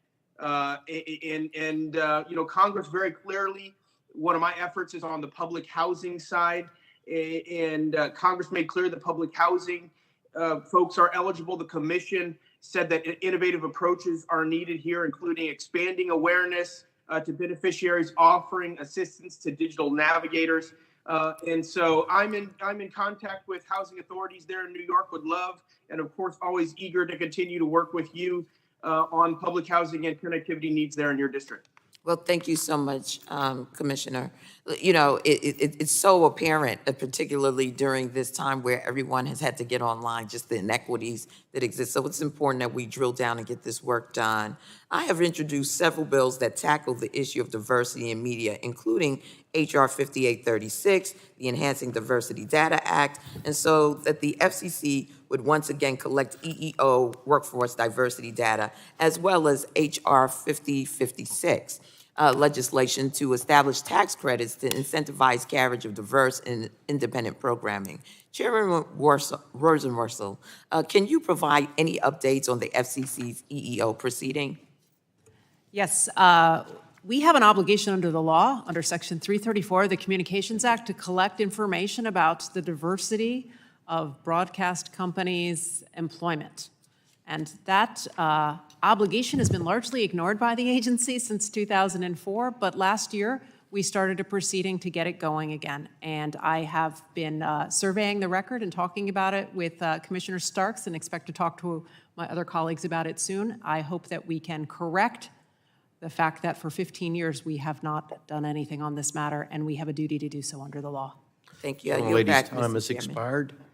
Chair now recognizes virtually Mr. Kinzinger. You're recognized for 5 minutes. Well, thank you, Mr. Chairman, and to the chairwoman and commissioners, thanks for being with us today. Chairwoman Rosenworcel, I was pleased to see that last week the FCC announced it would conduct an auction of 2.5 gigahertz spectrum, critical mid-band spectrum that can be used to provide much-needed broadband capacity, particularly in rural areas, beginning on July 29th. The FCC's authority to conduct auctions expires about 2 months after that. So the question is, given the need for Congress to act quickly to extend auction authority to provide certainty to the FCC and to the potential bidders in the 2.5 gigahertz auction, do you support a clean short-term extension of the FCC's spectrum auction authority so that the FCC can complete its ongoing spectrum auction activities? I support an extension, but would, under all circumstances, prefer a long-term extension. I think that is better for the wireless economy and our consistent ability to be able to make these airwaves available for commercial purposes. Okay. Commissioner Carr, let me ask you, the FCC's been working with NTIA and federal partners for years to make the lower 3 gigahertz spectrum available for commercial use. What's the status of identifying spectrum within the 3 gigahertz band for commercial use, and what work remains?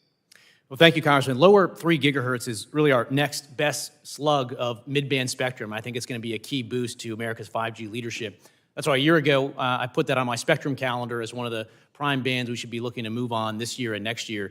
The challenge now is with one of the infrastructure laws that was passed, DOD has a provision in there that stops us from moving forward on that until at least 2024. And then after that, they've maintained effectively a veto on our ability to do that. So one thing we need to do is address that so we can continue to work towards freeing up the lower 3 gigahertz.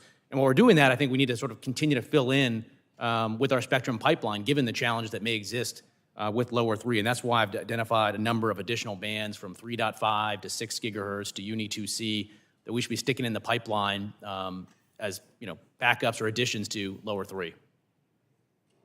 Okay, let me stick with you on another one. As part of the Ray Bombs Act, Congress passed my Rural Wireless Act, which directed the FCC to consider whether to establish a process for carriers to disaggregate or partition portions of their license that they may not use.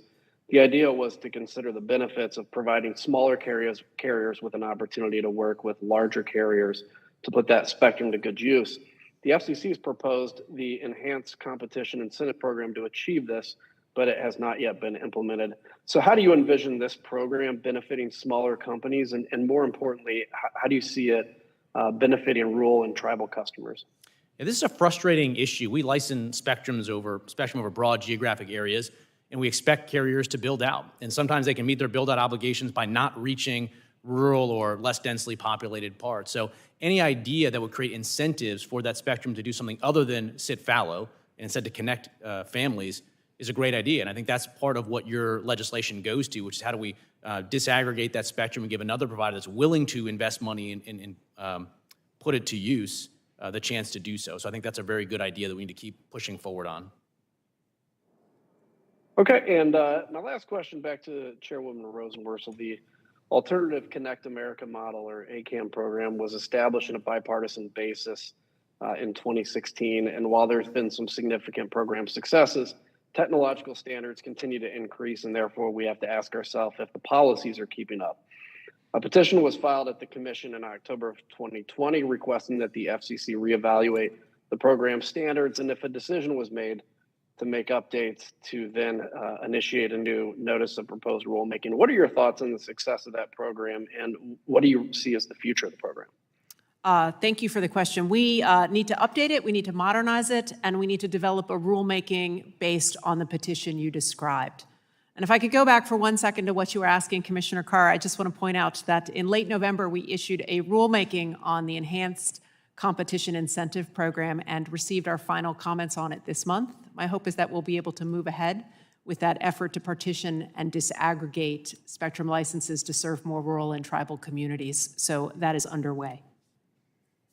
Okay, great. I thank everybody, and Mr. Chairman, I'll yield back my 23 seconds. Gentleman yields back. Chair recognizes Mr. Vesey for 5 minutes. Mr. Chairman, thank you. And I'm happy that we're here talking about this today. I mean, it's something that we honestly can't talk about enough. And glad that we have commissioners from the FCC here to talk about this important program.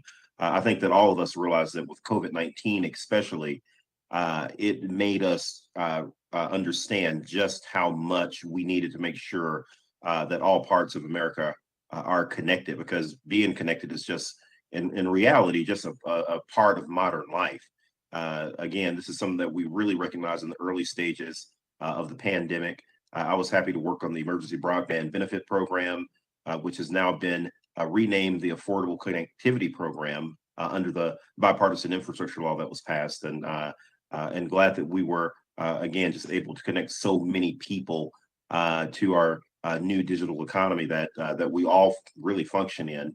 And I wanted to ask Chairwoman Rosenworcel, today we have over 10 million households enrolled in the ACP, and more than a quarter of a million of those live in Texas. Schools and libraries in the district that I represent have received over $500,000 through the Emergency Connectivity Fund. And I've heard from constituents and even people from outside of the district that live in other parts of Dallas and Fort Worth that this is really making a difference in their lives. And the one thing that I'm worried about is as we try to bridge the digital divide and try to bring more of these services into people's home, that there was a GAO report last year finding that the Lifeline eligible consumers are often discouraged when signing up because it can be a difficult and challenging process. How can we mitigate these challenges as we work to connect the next 10 million Americans in the ACP? Thank you for the question. And more importantly, thank you for the work that you did to develop this program in its early days. As you can see, there's huge demand. We now have 11 million households that are relying on it. The challenge for the FCC is twofold right now. First, we have to make it easy and simple for those who need the support to sign up, while at the same time having appropriate guardrails for waste, fraud, and abuse. And we're going to be constantly iterative, trying to make sure that we find the way to do this properly. And the second thing that's really important is making sure that we have outreach partners at the local level. We can preach about this program at the agency or from Washington, but what matters most is when people hear about it in their communities from people they trust. So developing partnerships with state and local actors and institutions is really, really important. Thank you very much. And Commissioner Starks, I know that one of your key priorities is increasing participation in the ACP by households that benefit from federal public housing assistance, or FPHA. We know that FPHA beneficiaries were eligible for the EBB, but unfortunately only a small fraction of those actually enrolled in the program. Can you talk a little bit about both the short-term and long-term benefits of connecting FHPA beneficiaries to broadband? Yes, sir. Thank you for the question, Congressman. To your point, how are we going to get more folks connected? How are we going to push past that 11 million households that are already enrolled? I think the public housing pilot program that I'm leading is essential. I'm working with the chairwoman and my colleagues who have all endorsed this as a place for us to continue to look. In particular, I would offer up that we're fortunate that HUD has a great leader in Secretary Fudge who understands the importance of these issues. I have partnered in particular with Secretary Fudge back when she was a congresswoman. Our offices are working together even as we speak. And so we're fortunate that HUD also has an existing programmatic effort to build on. Their Connect Home program there in HUD has provided a platform for public-private partnerships to have access, and they are working now with over 100 cities. So I see a lot of great potential for collaboration. We're working hard, and we do need to keep pushing to get more and more households connected to this essential program. Thank you very much. And Mr. Chairman, I yield back my 20 seconds. Thank you. I thank the gentleman. He yields back. Chair recognizes, my suffering Pittsburgh Pirate buddy, Gus Bilirakis. You have 5 minutes. Help is on the way, Mr. Chairman. Help is on the way. This question is for Commissioner. I'm not sure exactly which one, but anyway, during the Trump administration, the FCC began the Rural Digital Opportunity Fund to provide support for broadband in areas that were completely unserved, and defined unserved lacking access to speeds less than 25.3 megabits per second. I believe this is for Commissioner Carr.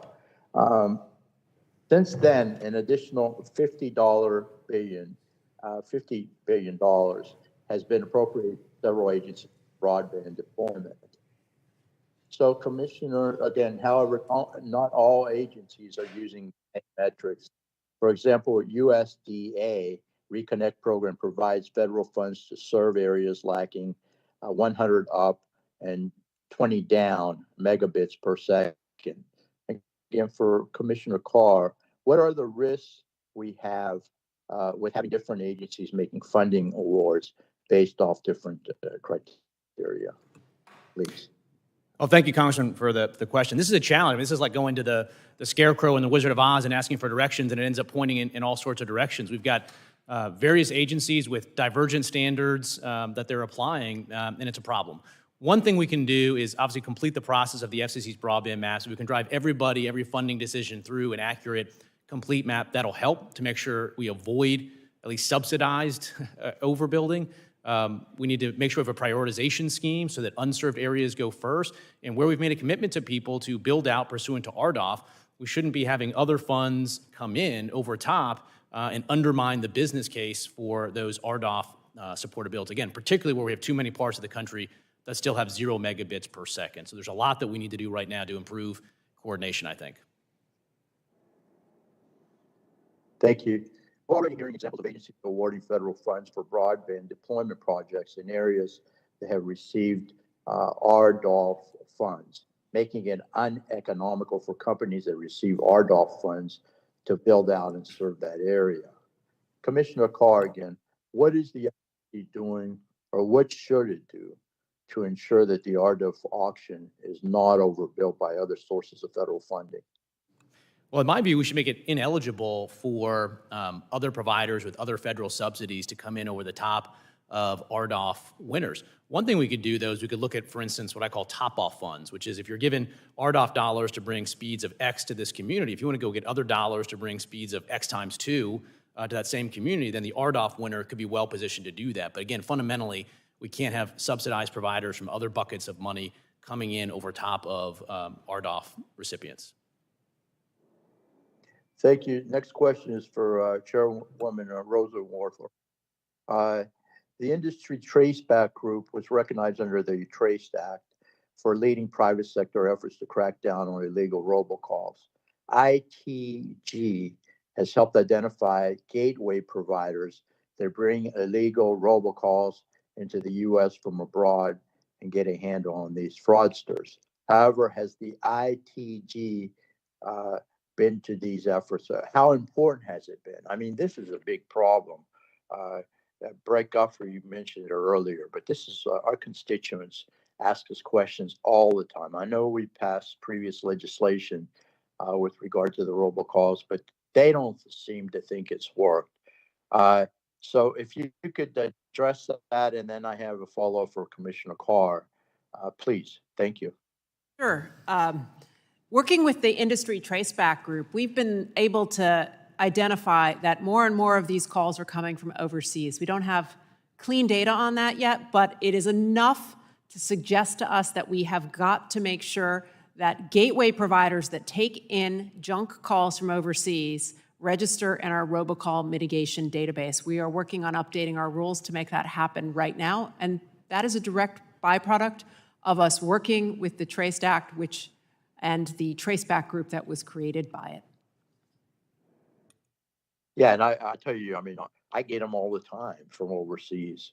So in any case, it's a big problem. Commissioner Carr, do you have any recommendations on how we can build on this momentum to find new ways to for robocalls? One of my products. I thank you. I want to reiterate what the chair said. I mean, one, we've accelerated the deadline by which smaller providers need to comply with STIR/SHAKEN. We started a proceeding to look at the gateway providers because, as we've talked about, a lot of these calls are coming from overseas boiler rooms. So there's more that we need to do after completing that to get at those calls jurisdictionally. Then I'm sure we'll be back to see what we can do. Gentleman's time has expired. Chairman, I appreciate it very much. Thank you. Okay. Chair recognizes Mr. O'Halloran for 5 minutes. Thank you, Chairman Doyle and Ranking Member Latta, for holding this meeting today.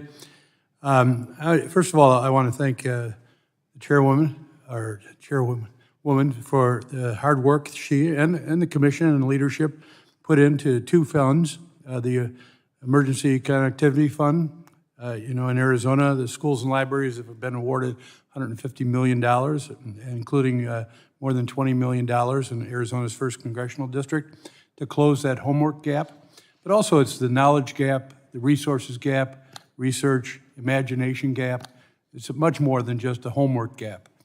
And second, the Emergency Broadband Benefit Program, which recently transitioned into the Affordable Connectivity Program. Arizona has nearly 240,000 households enrolled in ACP.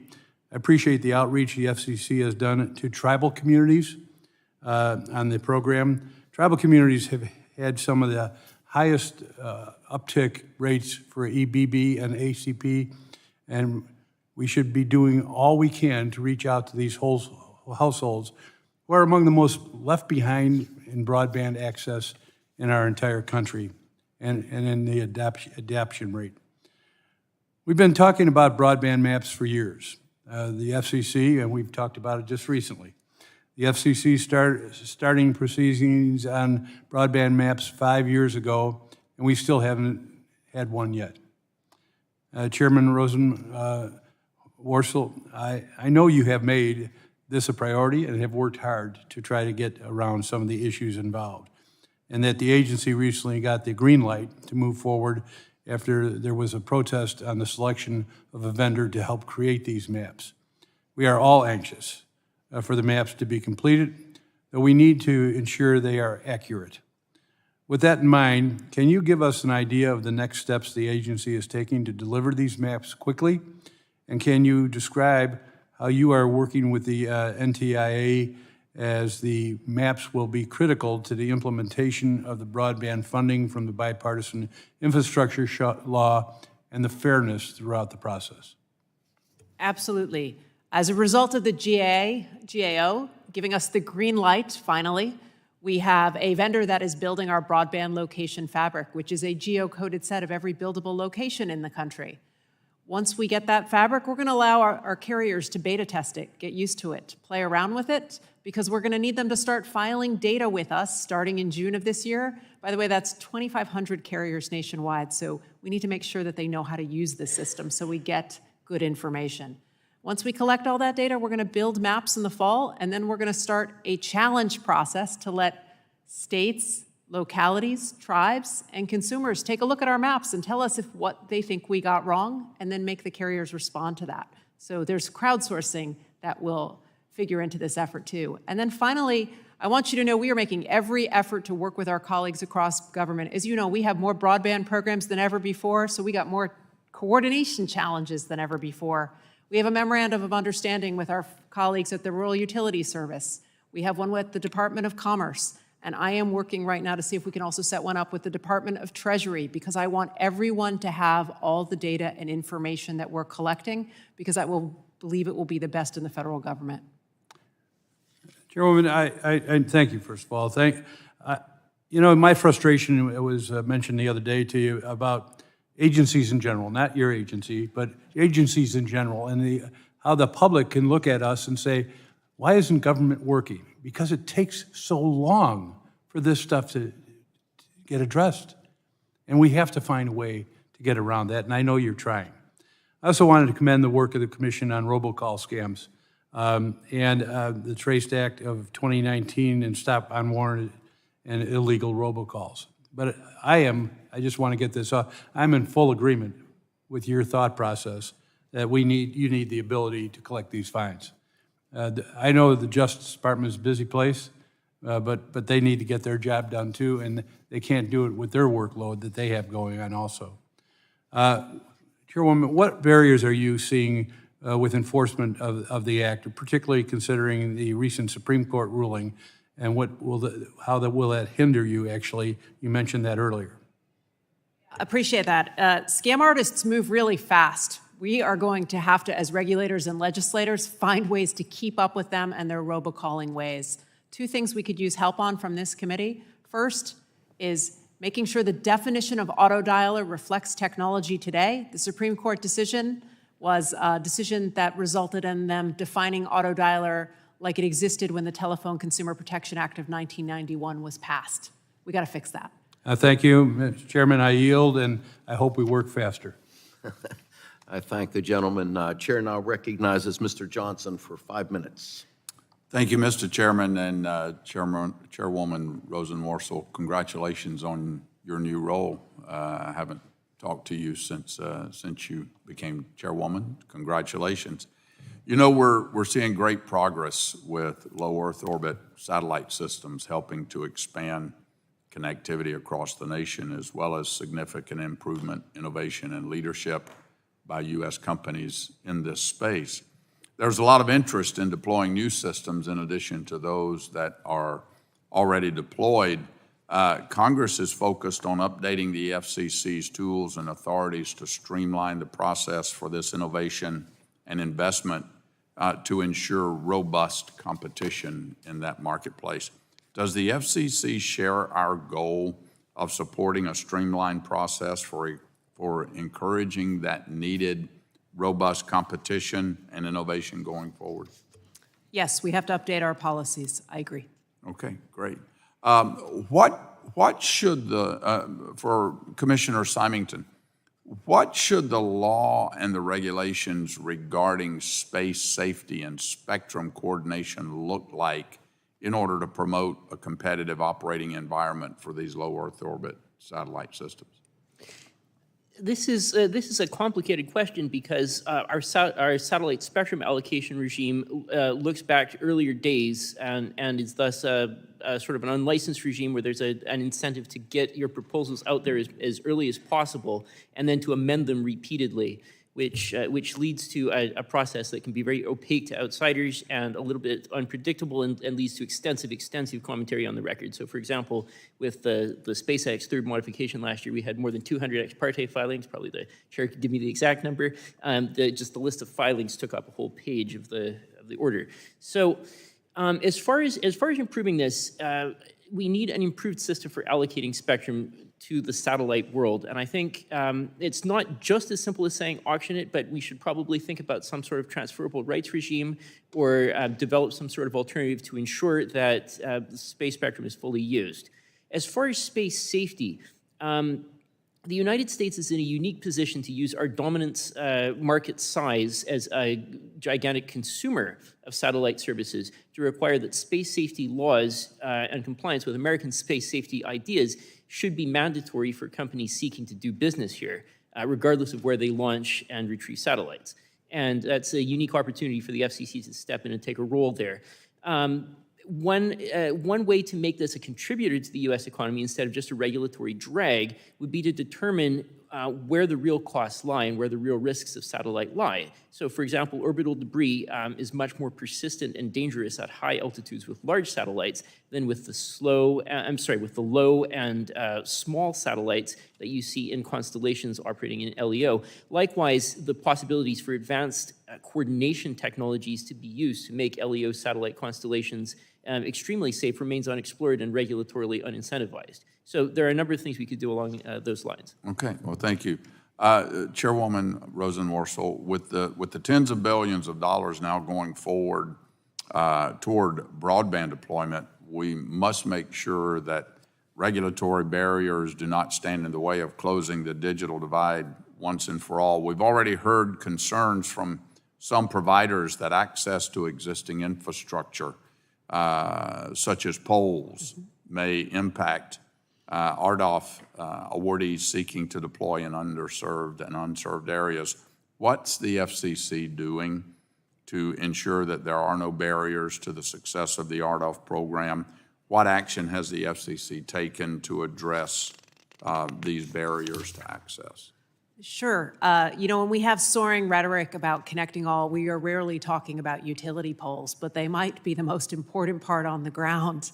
You need access to them if you want to deploy to unserved and underserved areas. And we've learned from some of the providers that the cost of securing that access can be as much as 1/3 of their deployment costs. That just sounds too high. A lot of that is in the bureaucracy of cooperating and getting approvals. So this month, we started a proceeding to identify how we can bring those costs down and have better policies when it comes to pole attachment and pole replacement and how those costs would be shared among providers. So we are looking at that closely right now. Okay. I'm also concerned with supply chain and labor shortages. Man, that spans to coin a word, the spectrum of industries in America. We got issues there.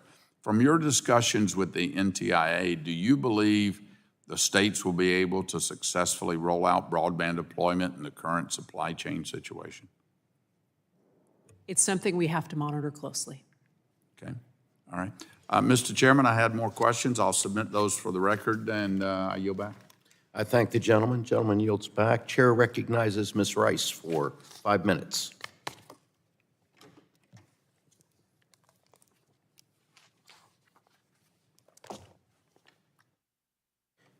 You need to unmute, I believe, Ms. Rice.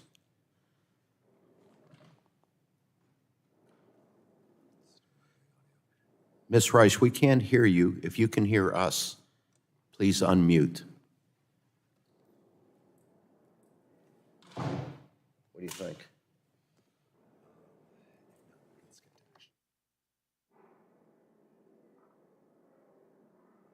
We'll come back to her. Chair recognizes Ms. Eshoo for 5 minutes. Thank you, Mr. Chairman, for this all-important hearing. To the chairwoman, bravo, and congratulations. It's really wonderful to see you in action, and to each of the commissioners, thank you to all of you, because I think you're working very well together, and there are so many important policies that you're making headway on. So bravo and thank you. I want to start out with an issue that most people don't think of, that the FCC deals with, and that's national security. We know what Mr. Putin is doing, the tragedy of Ukraine.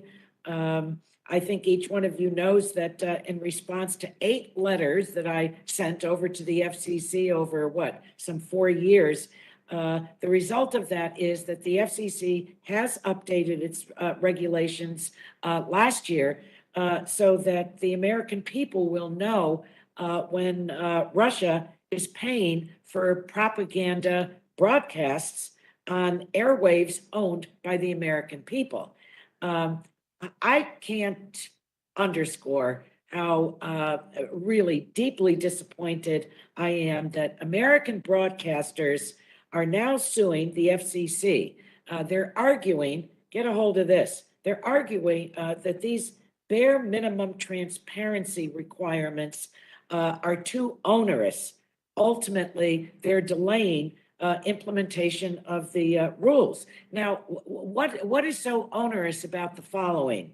All they have to do is say that their content is paid for by a foreign government when it is, period. So I don't know if any of the broadcasters are listening in today. Come on. We have a collective responsibility here as Americans. And right now, Americans are listening to Radio Sputnik, and they may not know that its propaganda is paid for by the Kremlin. So this is unacceptable, and everyone should be behind these really simple, easy rules. Thank you for what you have said, Madam Chairwoman, about robocalls. We'll work with you to draw up legislation on the authorities that you need, and also that the FCC should be able to collect these fines that are placed on these bad actors. Now, we know that Russia is known to couple kinetic war with cyber attacks, including exploiting various hardware, software, protocol level vulnerabilities. I'm really pleased to see the FCC launch an inquiry about strengthening the security of BGP. It's a critical internet traffic routing protocol, and I think it's really very important, but it's an underappreciated issue. So, Madam Chairwoman, can you just briefly tell us about the issue and what the FCC is doing on BGP security? Well, thank you. I appreciate the question. Our effort to look at border gateway protocol came out of conversations we had with the Cybersecurity and Infrastructure Security Agency. We are coordinating more closely than ever, and they identified it, and we confirmed that it is an essential part of the Internet's global routing system, but there are significant vulnerabilities when traffic is exchanged between networks. So we started an inquiry to try to understand that better, ask questions about it, because we do not want to create opportunities for theft or espionage at those connection points. And I do want to thank my colleagues when I called them and discussed these issues with them and told them that it was serious and we needed to move in a fast manner. Great. All 4 of them did. Great. I just want to squeeze something else in. To all of my colleagues, both sides of the aisle, we have an opportunity to address once and for all the Next Gen 911. There are over 6,000 PSAPs in the country in every community. This is an arm for law enforcement as well as health emergencies in all of our communities. So with the auctions, there will be money.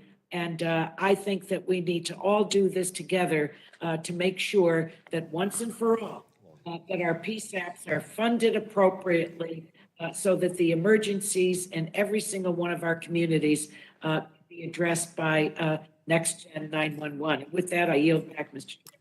General Lady yields back. The chair recognizes Mr. Long for 5 minutes. Thank you, Mr. Chairman. And Chairwoman Rosen Worcel,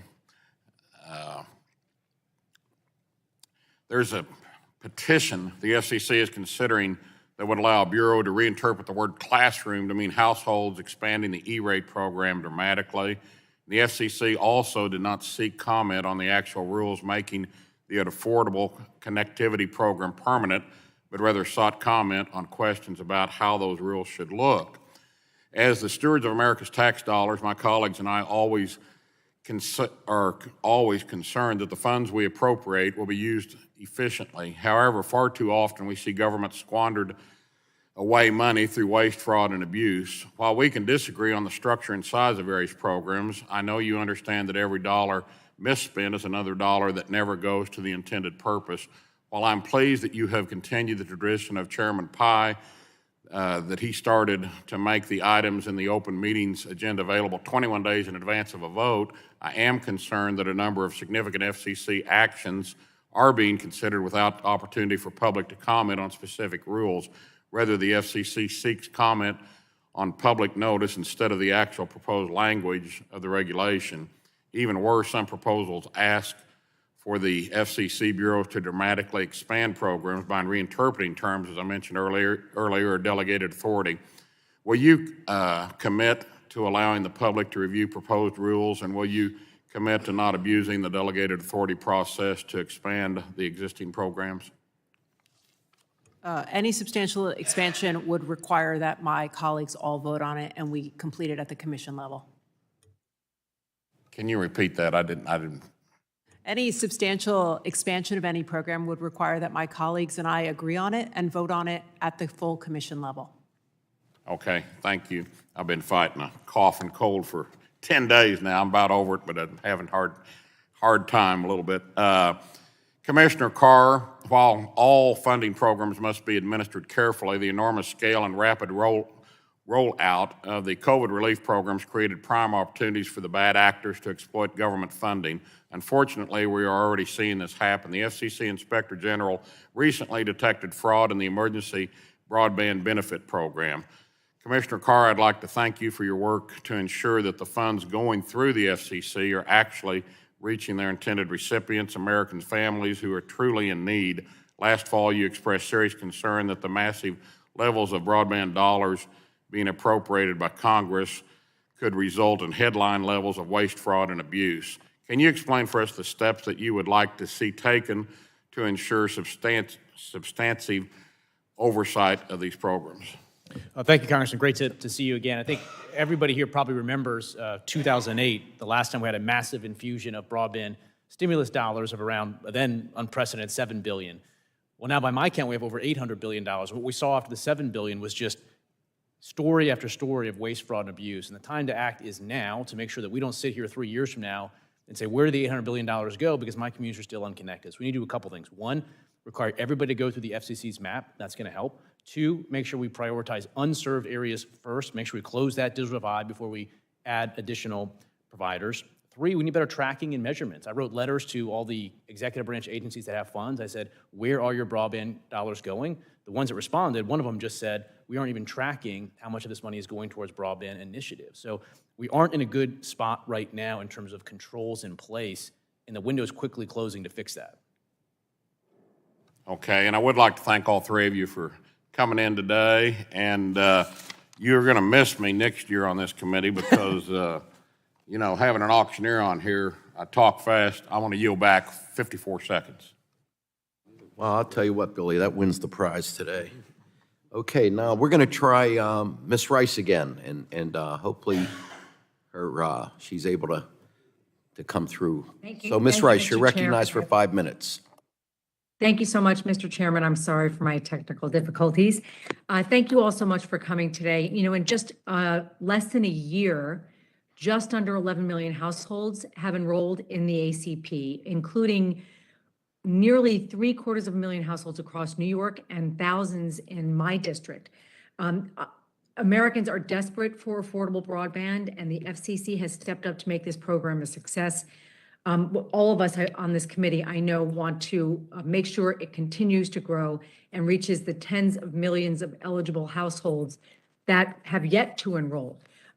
My congratulations to you, Chairwoman Rosenworcel, and I would like to ask you, I'm aware that the FCC has already had 400 virtual events to promote ACP awareness and enrollment.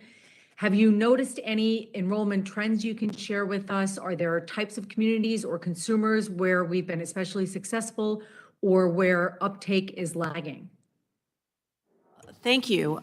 We have reached 11 million households, and it has been a lot of work. We've held more than 400 different sessions. We have worked with boys and girls clubs, with faith institutions, with the NFL players, the Miami Dolphins Foundation. We have worked with the Navajo Nation. Anyone who comes to us with a good idea, we will develop a program to get the word out. So the one thing that has become apparent is that people need to hear from trusted actors in their local communities. And so if anyone on this committee has ideas about how to reach people where they are, we are open to them. We are iterative. We want to reach people and make sure they hear about it from people they trust. So the commission's proposed rulemaking for ACP bookmarked about $100 million for promoting the program and encouraging enrollment. And that includes paid media campaigns, grants to community outreach partners. Commissioner Starks, you have emphasized the importance of outreach to and partnerships with communities of color, individuals with disabilities, and the poor, all groups that are less likely to have quality broadband connections than the general population. How can we make sure that these grants these grants actually get to community organizations that are best situated to reach those households? And why are these grants so to community-based organizations in this effort to increase, the enrollment? It's a great question, Congresswoman, and thank you so much for raising it. Increasing participation in any government program, especially a new one, is truly a complex problem. And so, as mentioned by Chairwoman Rosenworcel, increasing awareness of ACP is assuredly a first step. As you mentioned, in setting up ACP, we affirmed, $100 million set aside to advance these digital equity goals. So here's what I'm looking for. I want to make sure we follow through with that. And so when we're making grants, we do need to identify those organizations, community-based organizations with a proven track record of working with low-income people, communities of color.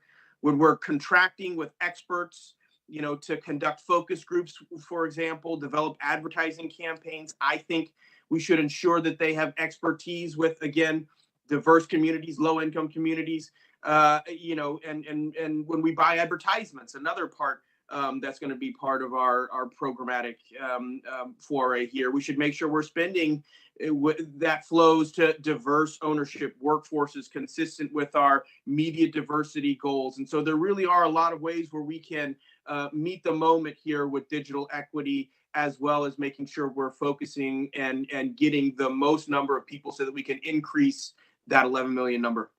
So I would encourage you all to work with state and other federal agencies and state agencies as well, because as my colleague, Mr. Vesey, pointed out, many of the ACP eligible individuals or households qualify for the program automatically because they already participate in a program like WIC, SNAP, Medicaid, et cetera. But they don't know they qualify or for this program, or they run into trouble when they try to prove their eligibility. So I would just encourage the commission to focus on that and partnering with as many federal and state agencies as we can to kind of fill in that gap there that may exist with people we already know or identified to other agencies. And thank you all so much for coming. We wish for your success. Your success is America's success. And Mr. Chairman, I yield back. Thank you very much. Chair now recognizes Mr. Hudson, 5 minutes. Thank you, Mr. Chairman, Commissioners. It's good to see you here today. One of the things I hear all the time from my constituents back home in North Carolina is the lack of adequate access to broadband. This hearing is important to my constituents and to all of our constituents. You, the FCC, are on the precipice of making decades-long decisions which can propel our nation into the next century by giving our children the ability to learn from anywhere, disrupting telecommunications strongholds by China, providing life-saving treatments through telehealth, telemedicine, and making places like Carthage, Sanford, and yes, Barbecue, North Carolina, the epicenter of global commerce. In order to achieve this vision, we must win the global race to 5G. With auction authority set to expire in September, I ask you, Mr. Chairman, to continue working with members on this side of the aisle to produce a bill extending the FCC's authority. The upcoming 2.5 auction has ample mid-band spectrum, which will vastly expand mobile connectivity in rural North Carolina. My first question for Commissioner Carr. We've discussed my concerns about the potential for waste if governments don't prioritize funding to connect unserved communities that lack access to broadband, and my concern that guardrails on recent funding bills could have been a lot stronger. In my view, government-subsidized overbuilding will create distortions in the marketplace and allow the government to pick winners and losers, with unserved and difficult-to-reach communities getting the short end of the stick. How do we ensure coordination between the various agencies and governments who have an unprecedented level of funding? Does this come down to a single map? What else can federal, state, and local officials do to ensure this doesn't happen and we do not overbuild programs like RDOF that are already being deployed? Well, thank you, Congressman, for the question and your work leading on this. The single most important thing we can do right now is to make sure that there is no overbuilding with these federal dollars. It has been a lot of work to make sure that we have enough federal funds allocated to end the digital divide in this country. And the good news is that I think we are there with the amount that's been appropriated if we put it into the communities that are still unserved. So we cannot afford overbuilding and waste this potentially generational opportunity to eliminate the digital divide. So we got to get our maps done. We got to drive everything through that. We need greater coordination across agencies. We do have some agreements right now, but they don't cover all agencies or all funds within the agencies that it covers. And so these are some of the steps that we need to take, because we can't sit here 3 years from now and not have gotten billions of dollars worth of bridging the digital divide. Absolutely, I agree. Chairwoman Rosen-Worcel, congratulations on your position, and it's a real pleasure to have you here today. The FCC has taken significant steps in recent years to identify and make available spectrum for commercial use, including for 5G deployment, and that's critical to ensuring the U.S. leads over China.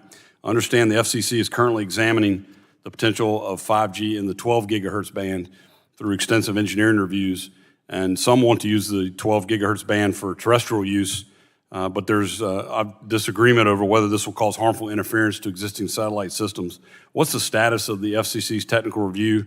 Will you commit to complete your review in a timely manner, especially if we find that the coexistence is possible between satellite and terrestrial use in this case?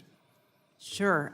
One of the most complex dockets we have involves the 12 gigahertz band, so you went right there. The 12 gigahertz band historically has had fixed satellite systems in it. It has had direct broadcast satellite, and it has had multi-channel video data distribution systems. And now we might want to add mobile broadband to the mix. As you might imagine, that's going to take a lot of technical work to make sure that the airwaves can accommodate all those different uses without harmful interference. And some of the data we have on our record points to different interference to noise ratios that are copied from the International Telecommunications Union but are 30 years old. We have satellite policies we're going to have to update, and once we identify harmful interference, we'll have to model what it looks like and try to come up with standards for where satellite terminals can be compared to 5G systems. These issues, to be candid, will take time, but they take time because they're really important and we need to do them well. Right. Well, I appreciate that. And last question. In North Carolina and across the nation, small rural broadband providers are in some instances alone in servicing their communities. They don't have large staffs to work on grant applications, other paperwork requirements. What steps does the FCC take to ensure that its regulations do not impose disproportionate burdens on smaller broadband providers? We always take steps to consider small providers in all of our proceedings. We recognize they may not have the resources needed to fully participate, and as you acknowledge when it comes to broadband, they may be the companies and individuals we most need to deploy in some of our most remote locales. So we've got to be mindful of that in everything we do. Well, thank you very much. Mr. Chairman, I'm not as good as Billy, but I'll yield back 12 seconds. I thank the gentleman. Gentleman yields back. Chair recognizes Mr. Soto for 5 minutes.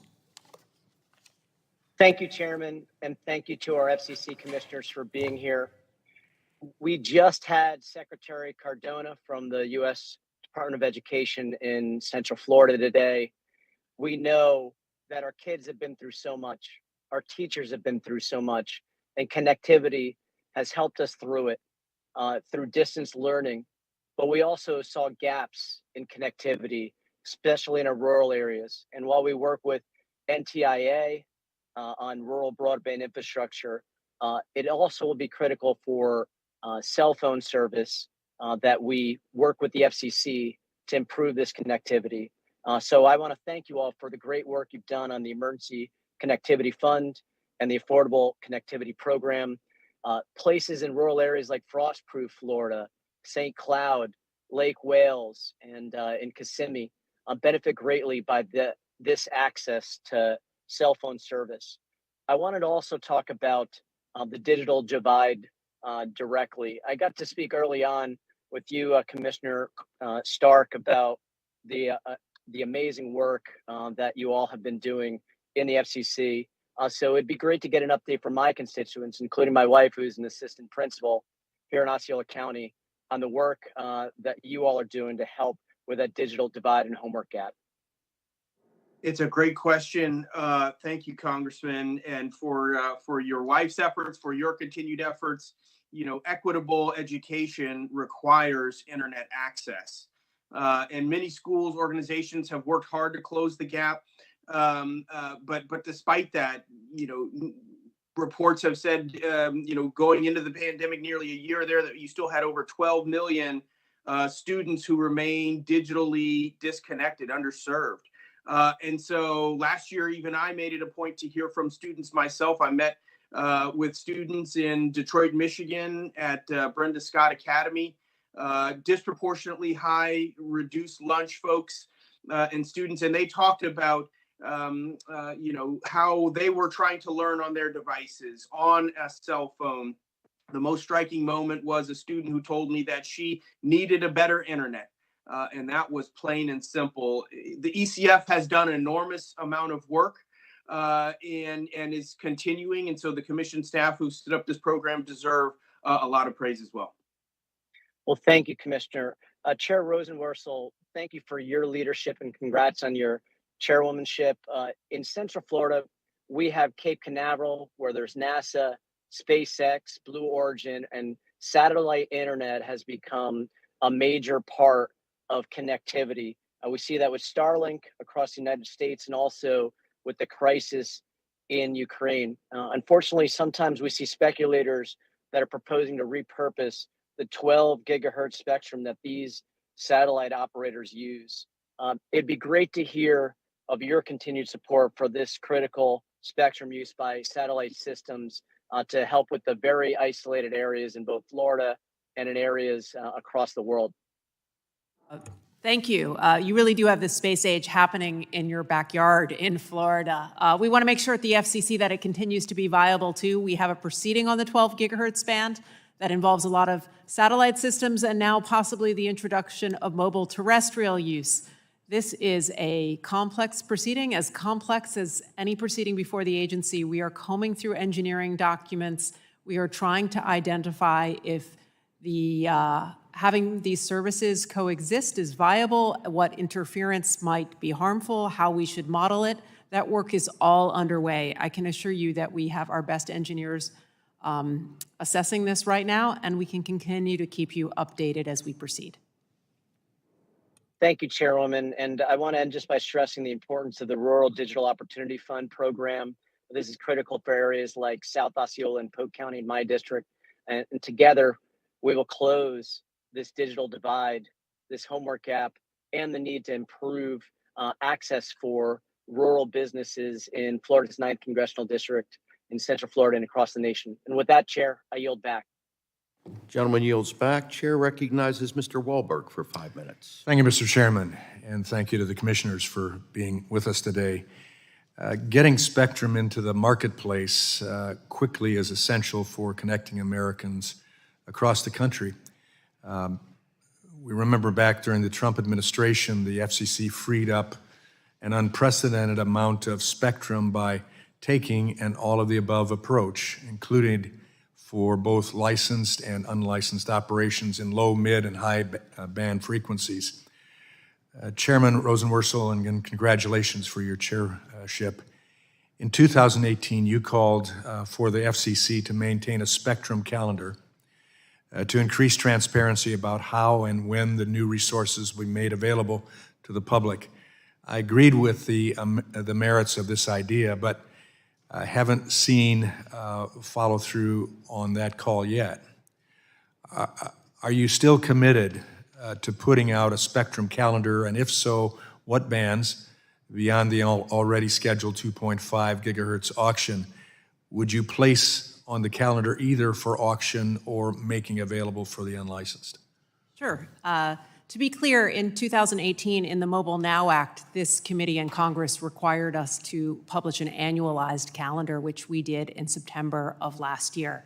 As you've acknowledged, we have already auctioned the 3.45 gigahertz band, and we now have the 2.5 gigahertz band in our sights for July.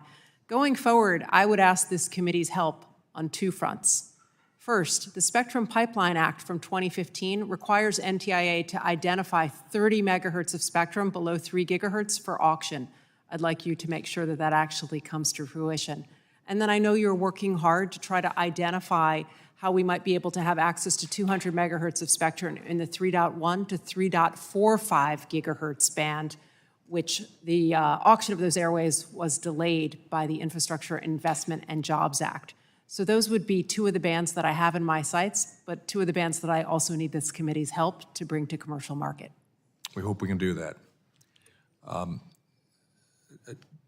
Chairperson Rosenworcel, turning to oversight, Congress created a $7 billion emergency connectivity fund, as we've talked about, to help schools and libraries stay connected to their students during the COVID-19 pandemic. The FCC has distributed over 5 million connected devices through the ECF. My concern is that does the FCC have a system in place that has kept track of where these devices went after they were sent to the schools and libraries, and what safeguards are currently in place to make sure that the devices purchased through the Emergency Connectivity Fund are not duplicated across other programs? It's absolutely imperative that we prevent waste, fraud, and abuse in this program and any other program, but I'd love to follow up with you with more specifics to make sure that I give you precisely the rules that apply to this program and not one of the other ones that I have in my head at this moment right now. So we'll follow up with you on that. We'll look forward to that. Okay. Because I think we agree. We have too few resources to waste, and that includes our kids. I'm glad most of them are back in school in the classroom now. Chairwoman Rosenworcel, my final question is, I want to follow up on an answer you gave to Leader Rodgers' question earlier about rate regulation. I just want to make sure that there aren't any hidden asterisks in your statement. When you say no rate regulation, are you including within that a commitment not to apply Section 201 and 202's just and reasonable provisions to broadband rates either before or after the fact? There's no asterisks. No asterisks. Okay. Glad to hear that. And Mr. Chairman, I'm going to return 56 seconds. Wow. I'll tell you guys are making our side look bad. I thank the gentleman for yielding back. Chair recognizes Mr. Butterfield for 5 minutes. Thank you very much, Mr. Chairman. Can I add his 56 seconds to my time? No, you may not. Motion denied. Request is denied. But thank you, Mr. Chairman, for convening this very important hearing today. And thank you to our guest today. And thank you for the incredible work that you do at the commission. And let me also say good afternoon to my colleagues. I'm not in the committee room. I wish I could see all of you, but hopefully we will be back to normal very, very soon. Chair Rosenworcel, we chatted a few days ago, and let me just congratulate you and thank you on your incredible service. Not just since you've been on the commission, but your service before you joined the commission. I know your resume, and I know you've been very dedicated and committed down through the years, and just thank you so very much. I'm confident that you're going to really make a significant mark on the work of the commission. And to the other commissioners, Commissioner Starks, you and I are friends and have been for years, and Commissioner Carr and Symington, it's just good to see all of you. But let me just get right to the point. Like Congresswoman Rice said a few moments ago, this is very important. The Affordable Connectivity Program, ACP, is incredibly important. And just thank you for your leadership to ensure the success of the Affordable Connectivity Program and the Emergency Connectivity Fund. These are two very important initiatives in my state.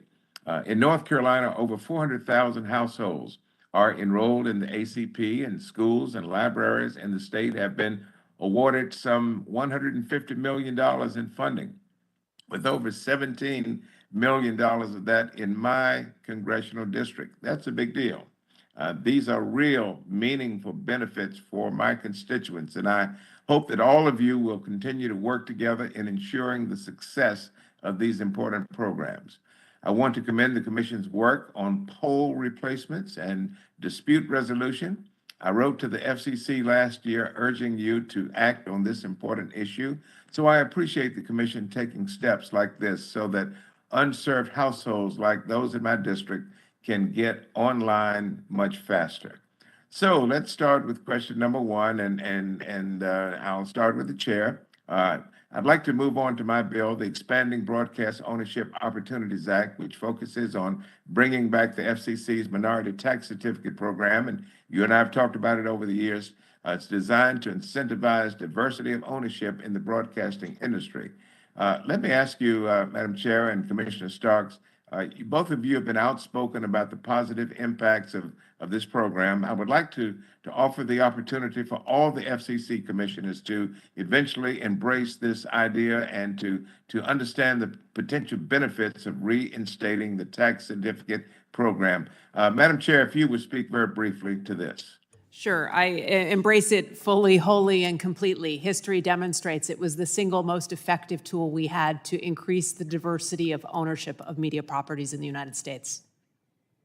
And Commissioner Starks, can you add to that, please? Yes, I emphatically and foot stomp it as well. 1,400 full power commercial broadcast television stations, less than 6% owned by women, less than 3% are minority owned. And the Minority Tax Certificate Program speaks for itself with the great results that it achieved. Thank you. And back to our chair. Madam Chair, my bill, the Data Mapping to Save Moms' Lives Act, that's a mouthful, but we've talked about it before. It directs the FCC to use its data mapping tool to track maternal mortality and severe morbidity rates. Making the connection between maternal mortality rate and broadband access is crucial to identifying areas that lack support, especially in African American communities where the maternal mortality rate is unacceptably high. Can you discuss this with us in the few seconds that we have left? Sure. The United States is the only industrialized economy with an increasing level of maternal mortality. It is a quiet crisis. There are new telehealth technologies that can help women during their pregnancies and produce better outcomes for them and their children. We've got to figure out how to use broadband connections to make those better outcomes happen, and I think your bill and the data we'd collect pursuant to it would help with just that. And Commissioner Starks, can you use the last 20 seconds to talk to us about modifying the Commission's FN booster rules? Yes, thank you for the question, Congressman. This proposal garnered 21 civil rights organizations support. You know, small radio station operators frequently are also small business owners. I heard from them how hard it was for them to weather the pandemic as well. So I see great potential in this geo broadcast technology, improving local radio experience, news, weather, emergency, as well as positioning small broadcasters and broadcasters of color to compete for listeners and advertising dollars. And very lastly, I'd like to say, Congressman Butterfield, thank you for your long dedication to public service. Your legacy of excellence is something that I follow, and particularly in the media and telecom space. I'm grateful. Thank you. Gentleman's time has expired. Chair recognizes Mr. Duncan for 5 minutes. Thank you, Mr. Chairman. I don't know if the Democrats are practicing baseball yet, but you look awful alert to have gotten up so early, if y'all are. I want to thank the commissioners for being here after over 500 days of not having an oversight hearing. I'm glad we're finally doing that. We've talked a lot today about the need for expanding rural broadband connectivity, accurate mapping, and interagency cooperation to ensure we aren't double building in the process. So I want to echo these concerns and the need to build out the rural networks, rural broadband, rural networks. I think there needs to be a huge percentage going to rural America instead of inner cities where there may already be existing networks, and not just keep spending billions of tax dollars repeatedly on the same inner city neighborhoods. We've also talked a lot today about spectrum and the scarcity of spectrum and the need for continuing and expanding auction authority to make more spectrum available and ensuring that the spectrum we make available is usable for industry. I also want to echo those concerns, but this ground has pretty much been covered by the time you get to me. So, Commissioner Carr, I want to ask you, in your testimony, you mentioned the need to push back against the abuses of big tech, and I especially want to focus on anti-discrimination provisions that you mentioned. What do you think we in Congress need to do to protect First Amendment rights of conservative content creators, local businesses, local broadcasters, and others who feel they've been trampled on by big tech, keeping the importance of that multiplicity of information sources that you mentioned in your testimony in mind? Thank you, Congressman. Thanks for your work on this issue of reining in big tech. I think first and foremost, we have to fundamentally overhaul Section 230. There are portions of Section 230 that are pro-speech, that create incentives to leave speech up, particularly political speech. And there's portions of Section 230 that today have been misread by courts, as Justice Thomas have walked through, to give them, internet companies, carte blanche to remove any speech that they want. That's not the intent of Congress in Section 230. And I think Congress needs to amend Section 230 in a way that is going to promote more speech. But 230 reform alone isn't going to be enough. That's why we need to impose some basic transparency obligations on big tech. Right now, it is a total black box. Some speech is left up, some was taken down. There's no consistency at all. I think we need some basic non-discrimination that could take a lot of different forms, whether it's treating like cases alike or looking at legislation in the Senate that Senator Wicker has that talks about trying to protect speech that is political in nature from discriminate takedowns. And I think there's steps we can do in terms of user empowerment. Right now, the whole point of Section 230 was to give a little bit of balance between content moderation that websites do and empowering, giving users tools to engage. And right now, that balance has shifted too far. And I think one step that we could do would be to empower users to make their own content moderation decisions. If you want Fox News to filter your feed before you see it, maybe plug that in. If you want MSNBC to do it, plug that in. There can be third parties that offer ways to do content filtering, or someone can just choose the Wild West version. But if we give people more power to make those decisions, I think that's a pro-speech reform that we'd be better off, because then we can have robust, wide-open political debates, which we're better for, because that's how we solve problems in this country. It's not by keeping ideas off the table, but by having robust discussions about them. I would love to see this committee or the full committee deal with 230 protections and have big tech come back in where we can delve into that. Move on, Commissioner Symington. I know you're a big proponent of looking at regulation of receivers as a way to increase efficiency of how we use spectrum based on its scarce resource. How would you address the concerns of industry about the potential burdens of such regulations, and what are the benefits of ensuring that government users of spectrum have to upgrade their standards to be more efficient? This is a great question, because the difficulty of taking receiver standards up in the past has always been that it's a much, much, much more difficult question than physical assessment of transmission. You can put a transmitter in a box and test if it's emitting according to spec. For a receiver, you have to field test it. And you have to field test it under a wide variety of interference conditions. It's an exponentially more complicated problem, much more like a large research lab's R&D function than something that the commission is capable of doing. And that's exactly what we don't want to do here. So hopefully industry is being assured right here, right now, that we are not going to cram burdensome regulations down on them.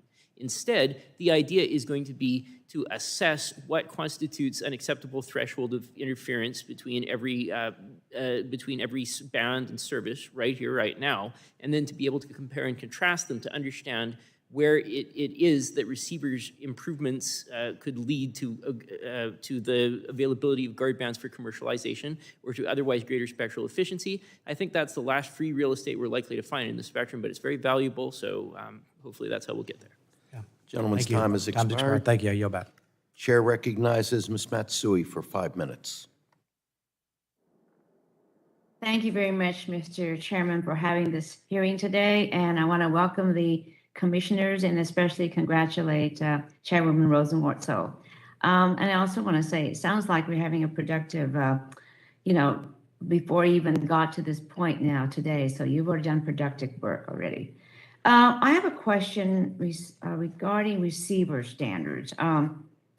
While recent disputes have highlighted the importance of spectrum governance and coordination, it also reinforces the need to take a meaningful look at the role receivers play in supporting or hindering more intensive use of the airwaves.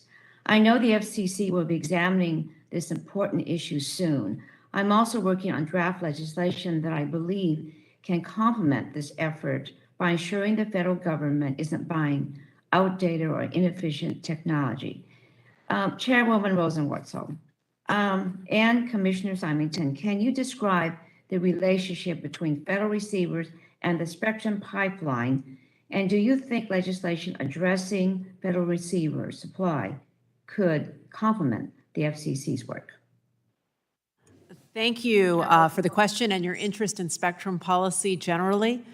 Traditionally, we have had discussions about just transmission when it comes to spectrum, but if we want to be efficient, we also have to think about the other end. We have to think about receiving. For that reason, working with Commissioner Symington, we have a notice of inquiry we'll consider next month on this subject. But I think what you're raising in legislation is really important. Making spectrum receiver efficiency part of government purchasing will change the market for receiver equipment because government purchases at a greater scale than anyone else. I think that was the subject of an old executive order, and it's an idea we need to revisit right now. Okay, thank you. Mr. Symington, you have a comment? Yes, I just wanted to express my appreciation for your work on the proposed Spectrum Coexistence Act. Frankly, I've heard it quietly said by people at major executive branch agencies that focus on spectral efficiency in terms of agency and government procurement is exactly how to improve relationships with the FCC. Okay, thank you. A reliable pipeline of valuable mid-band spectrum is a fundamental part of keeping the U.S. ahead in the race to the next generation wireless technology. To help keep our pipeline robust and predictable, I recently called on NTI Administrator Davidson to finish the 2019 study on the 7 gigahertz band. Chairwoman Rosenworcel, you recently highlighted the importance of spectrum in the 7 to 15 gigahertz range for 6G. How would completion of the study help industry prepare for the future, and can you describe its potential for commercial use?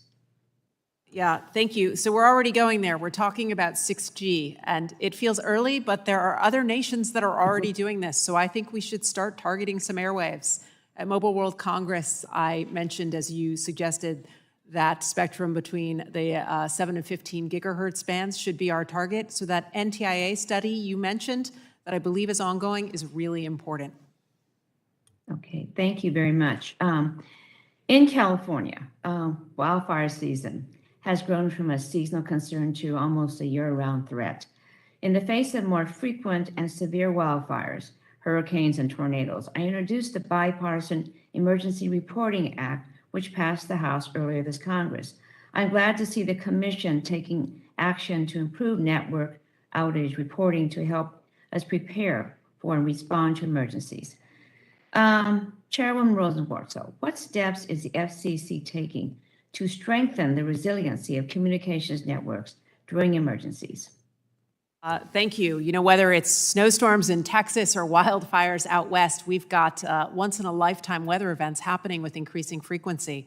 After Hurricane Ida hit land in Louisiana, Commissioner Carr and I went and studied the communications damage, and we came back and immediately started a proceeding to consider how we should, update our wireless cooperative resiliency framework that helps keep wireless service running after disaster, what kind of notification is necessary for 911 and first responders in a disaster, and what reforms we can make so that our power companies work better with our communications companies. That's a discussion that is still ongoing, but I really do appreciate that Commissioner Carr decided to participate in that and has been really thoughtful in trying to find ways to advance it consistent with the kind of concerns you just described. Okay, well, thank you very much. And Mr. Chairman, I'll yield back. Well, I guess I was going to yield back. You're right on time, Doris. Thank you. Chair recognizes Mr. Cardenas for 5 minutes.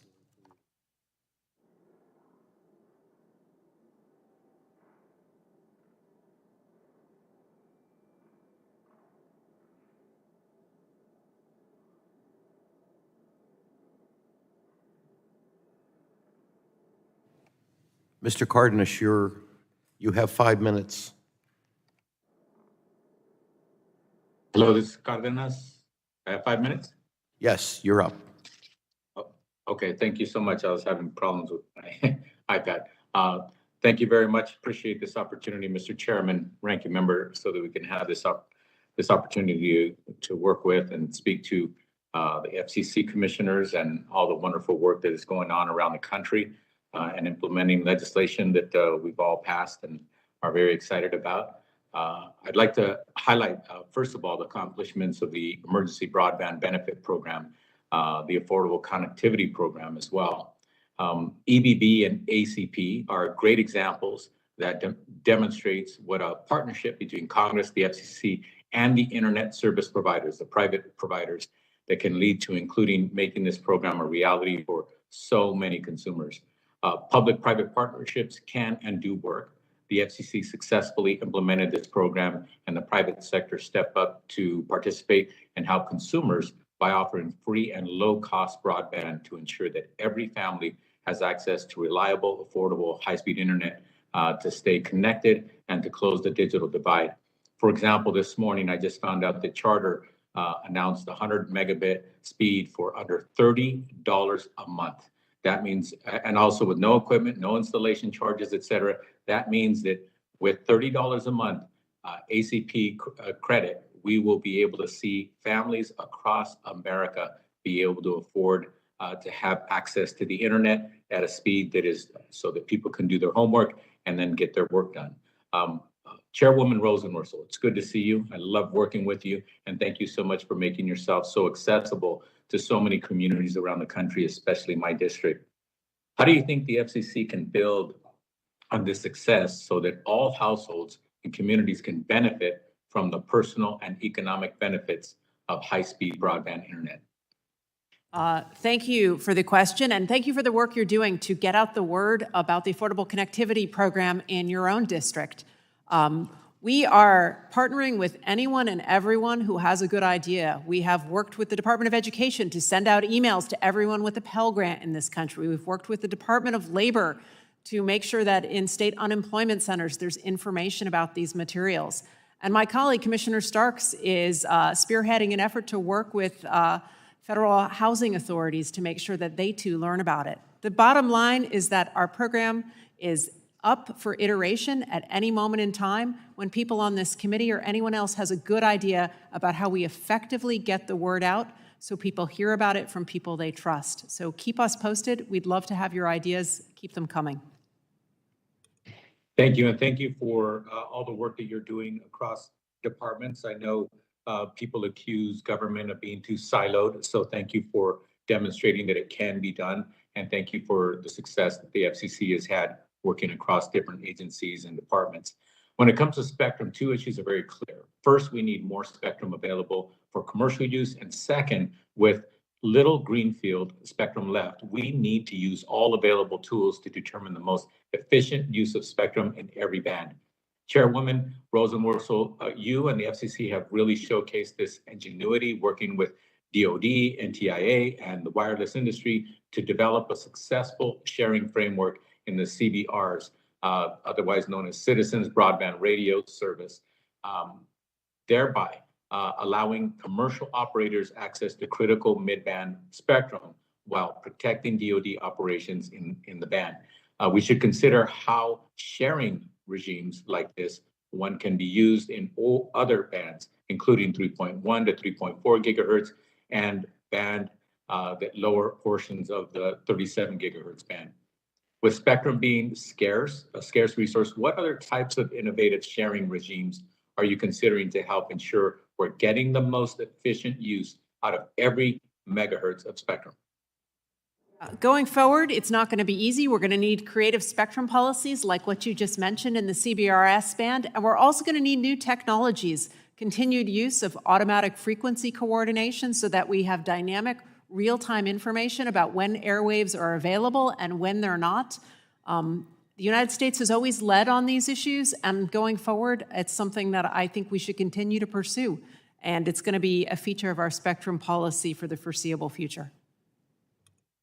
Leading is a source of pride, but more importantly, it's about economics and leading the world like we have in the past.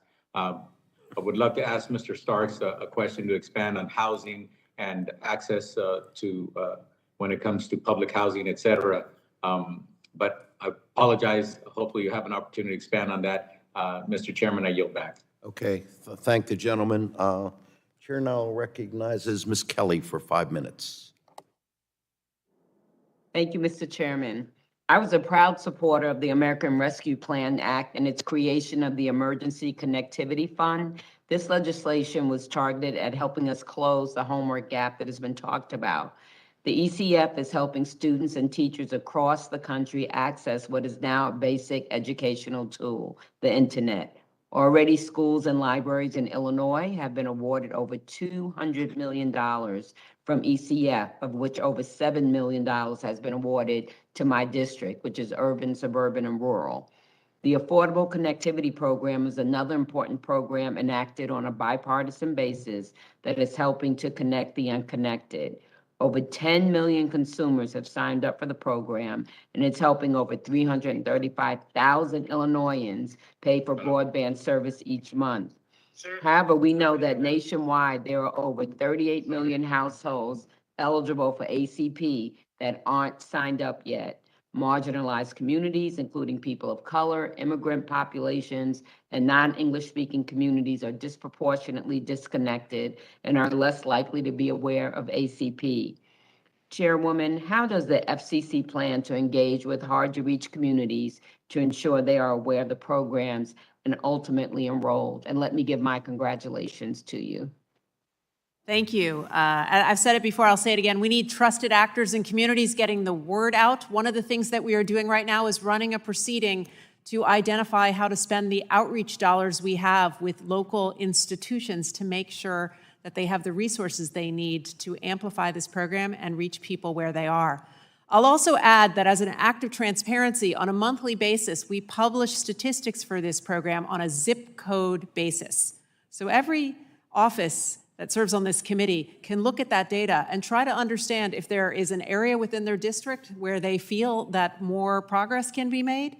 You should let us know. We'll study that data with you and try to identify a way forward. Thank you so much. Appreciate it. Commissioner Starks, do you have any additional thoughts on how the FCC can engage with hard-to-reach communities?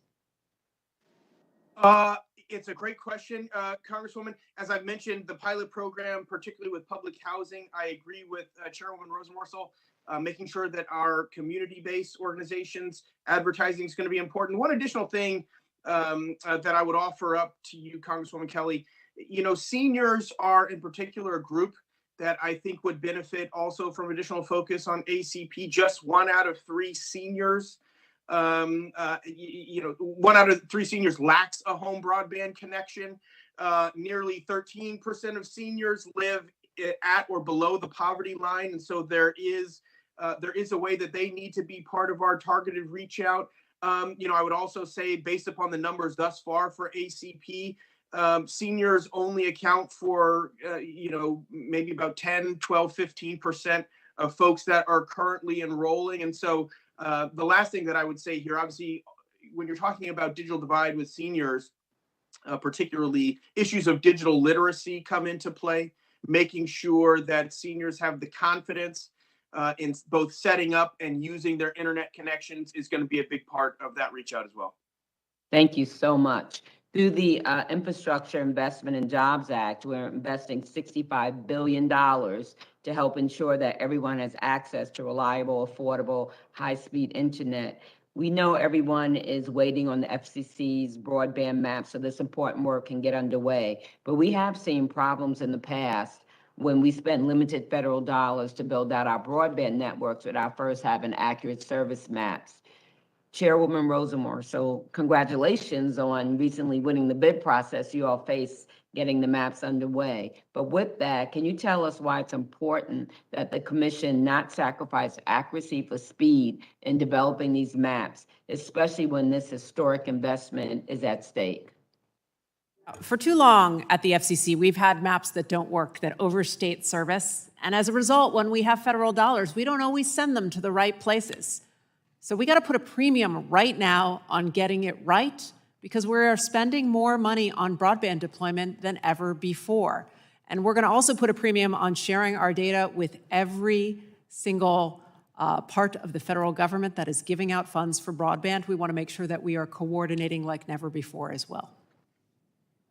Thank you. I just want to close by saying I'm eager for the fifth commissioner to be seated, so you'll be at full capacity.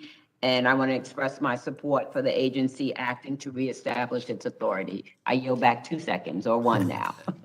General Lady yields back. Chair recognizes Ms. Fletcher for 5 minutes. Thank you, Chairman Doyle, and thanks to you and Ranking Member Latta for convening today's hearing on the Federal Communications Commission and its role regulating communications across the country. And thank you to Chairwoman Rosenworcel, and congratulations. As well, thank you to Commissioners Carr, Starks, and Symington for joining us today and for your testimony. It has been very helpful, I think, for all of us to hear these perspectives and cover these range of issues. And I join all of my colleagues who have expressed their appreciation for your efforts to expand broadband deployment to all communities, rural and urban. That includes your leadership, in addition to all of your work in administering the 2 historic affordability programs that we have discussed today, the Affordable Connectivity Program and the Emergency Connectivity Fund. In particular, schools and libraries in Texas's 7th Congressional District that I represent have been awarded more than $4 million through the ECF. And I know this will open doors and opportunity for so many young people in my district. So we are very appreciative of those efforts. And Chairwoman Rosenworcel, I wanted to take a minute to touch on this. I really support your approach to incentivizing communities and providers to work together toward the shared goal of broadband deployment everywhere. And that's why last year I introduced the Broadband Incentives for Communities Act to provide critical resources to cities and counties to enhance their zoning and permitting functions based on the experiences in my district in Houston, where we have rolled out 5G, where we have a lot of folks who have a lot of experience here. We have seen that those can be real challenges. And so to enable the cities, counties, communities that are permitting this expansion, we put together this bill to help facilitate that process. And given the billions of dollars provided for broadband under the Infrastructure Investment and Jobs Act, we should make sure that local jurisdictions that are interested in expanding critical broadband and 5G services have access to the resources that they need to manage the process, as well as clear incentives to move quickly. So I would welcome the opportunity to work with you on this issue by making this concept really a critical part of our ongoing federal support for fixed and wireless broadband deployment. And that connects a little bit with, I think, your approach, Chairwoman Rosenworcel, about kind of a carrots and not sticks approach for communities when it comes to broadband deployment. Can you talk a little bit more about your approach and strategy and why you think that that's how we should move forward with broadband deployment? Sure. You know, there are 2 things I know to be true here. First, that we have a massive infrastructure project underway in the United States right now to bring high-speed broadband to everyone everywhere. And the second thing I know to be true is that we have a tradition of local control in the United States. We've got a 10th Amendment And we've got people who want to have a say in what's happening in their own backyard. So we got to figure out how to manage both of those two realities at the same time. And I think what you're describing is spot on. We should make sure that when we are developing programs with federal funds, we condition those funds on having a reasonable and streamlined process for things like permitting and rights of way. And if we do that, we will both be able to build out this infrastructure and honor that tradition of local control and do it in a reasonably speedy way. I think that is a win-win across the board. So I very much appreciate the approach you just described and would be happy to work with you on it further. Wonderful. Well, thank you so much. I very much look forward to the opportunity to do that. And with the minute or so I have left, I also just want to touch on the theme of resiliency for our communications networks. In recent years in my district in Houston, we have seen many types of disasters, from the winter freeze that everyone observed last year to 3 500-year floods 3 years in a row that knocked out power and hindered communications access. So I would love to get your thoughts and input on how we ensure network resiliency of existing networks and how we promote resiliency in the construction of new networks. Well, we have an outstanding proceeding on I'll just direct that. to you for 30 seconds or so. We have an outstanding proceeding just on that issue, and it was the byproduct of a trip that Commissioner Carr and I took after Hurricane Ida. We're looking at updating the wireless cooperative resiliency framework. We're looking at making sure that first responders and public safety authorities get timely notice of outages, and we're looking at improvements we can make for coordination between telecommunications companies and power companies, because commercial power is so important for modern communications.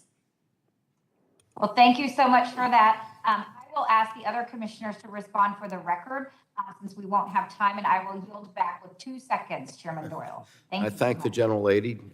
Chair recognizes Mr. Pence for 5 minutes. Thank you, Chairman Doyle and Ranking Member Lotta, for allowing me to join this subcommittee hearing today, and thank you to the commissioners for being here. As many of my colleagues have discussed today, rural communities are left at a disadvantage because of a lack of access to broadband service. Certainly in my Indiana 6th district, that is the case.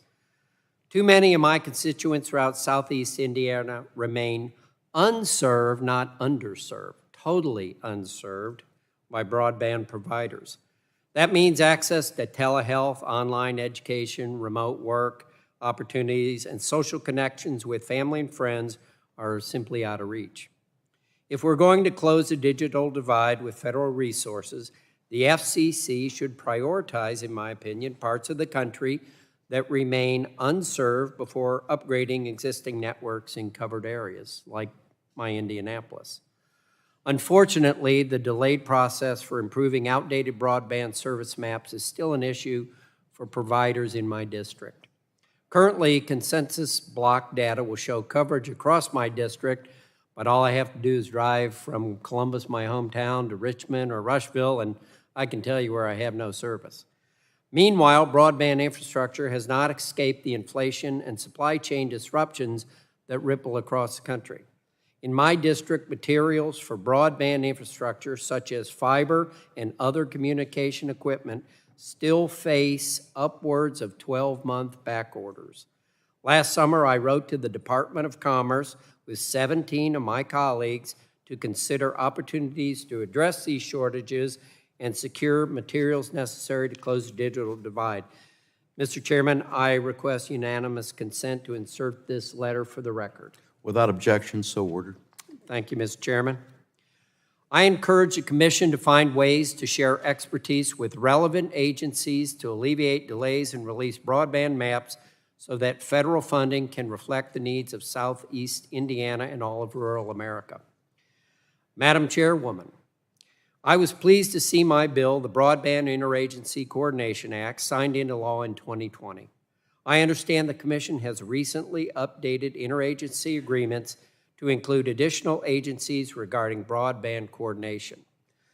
However, it's also my understanding the FCC does not have an interagency agreement with every agency involved in broadband support programs.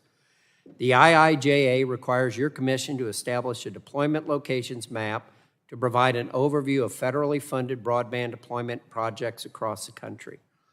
Can you explain the interagency process that your commission is conducting to implement this law?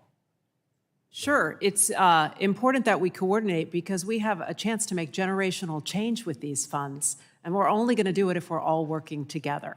And to that end, consistent with the law you described, in June of last year, we signed a memorandum of understanding with the Department of Commerce and the Department of Agriculture to make sure that we share our data with them so that we can make sure our efforts work together and not in opposition. I've already notified our colleagues at the Department of the Treasury, we'd like to do the same with them. They have a $10 billion fund. They're not mentioned in the legislation, but we're casting far and wide and trying to make sure that we can all work off the same information, the same data sets, and make good decisions together. Well, I was interested to, I would have identified Treasury. Thank you for doing that. Are you optimistic that you're going to get everybody at the table together? I'm persistent. Yeah, you That might be better. You seem like you do, so good. Yeah. Well, thank Make you it very happen. much. Thank you all for being here, and Mr. Chair, I yield back. Thank the gentleman. Let's see, Mr. Welsh, you're recognized for 5 minutes. Thank you. Thank you very much, Mr. Chairman. First of all, I just want to say to everybody that your job is so important, especially since there's been such significant appropriations, basically bipartisan, to help on broadband. Mr. Carr, you said something, your tone concerned me a little bit, but your concern I share. This money, okay, in a lot of ways, it's the easy part. We need resources in order to get the capacity to have broadband in rural America. But it's the hard work is actually getting it done, getting each house wired. So I share that concern, but the tone part of it worried me a little bit because we're going to be depending on you and your organization to keep an eye on this as it is being implemented. And I just want you to know I share that concern, but I look to you and your colleagues in the chair to make certain this money results in folks in all of our districts having the broadband that they absolutely need. You with me on that? Yeah, absolutely. All right, so this got to be a cooperative effort is what I'm saying. Yeah. I mean, you all got to be together on this, and it just would, I'd want to shoot myself if I saw that this became a blame game before we even got rural America wired. So thank you, thank you for that. Congratulations, now Chairwoman Rosenworcel. I want to ask you about 911. Our colleague Anna Eshoo has been a huge champion of modernizing 911. And one of the challenges we have in Vermont is we've got these antiquated systems. You know, people are in back rooms and there's bubble gum on the chair. You know, it's just, and we need it. It's got to work, but we need some funds. And you've got a spectrum auction that we're going to be considering reauthorizing. And I think Anna's, Congresswoman Eshoo's thought is maybe we could use some of that money, not just to go back to the Treasury, but to upgrade the 911 services that we have around the country. And again, all of our districts. I'd ask you to comment on that. Yeah, thank you for that. I appreciate it. I think it's an important idea. I think you have an opportunity to make history. We've got more than 6,000 911 call centers all across this country. You know, the odds are you might only call them once in your life, but it will be the most important call you ever make. And many of those centers are not upgraded for the digital age. But if you were to reauthorize our spectrum auctions, we take the revenue from public airwaves and dedicate it to setting up a nationwide fund to update 911. I think that is within this committee's power, and it would be a great thing to do. Yeah, well, I hope all the commissioner, you'll have a discussion on that, but that certainly would be helpful to Vermont. Another question I'd ask each of you to answer, there's more and more VIOP, you know, the phones are over the internet, and that's happening in Vermont, it's happening all around. When they weren't over the internet, then there was regulatory authority if consumers had complaints. Now there is no regulatory authority if consumers have complaint for the voice over internet. I think there should be.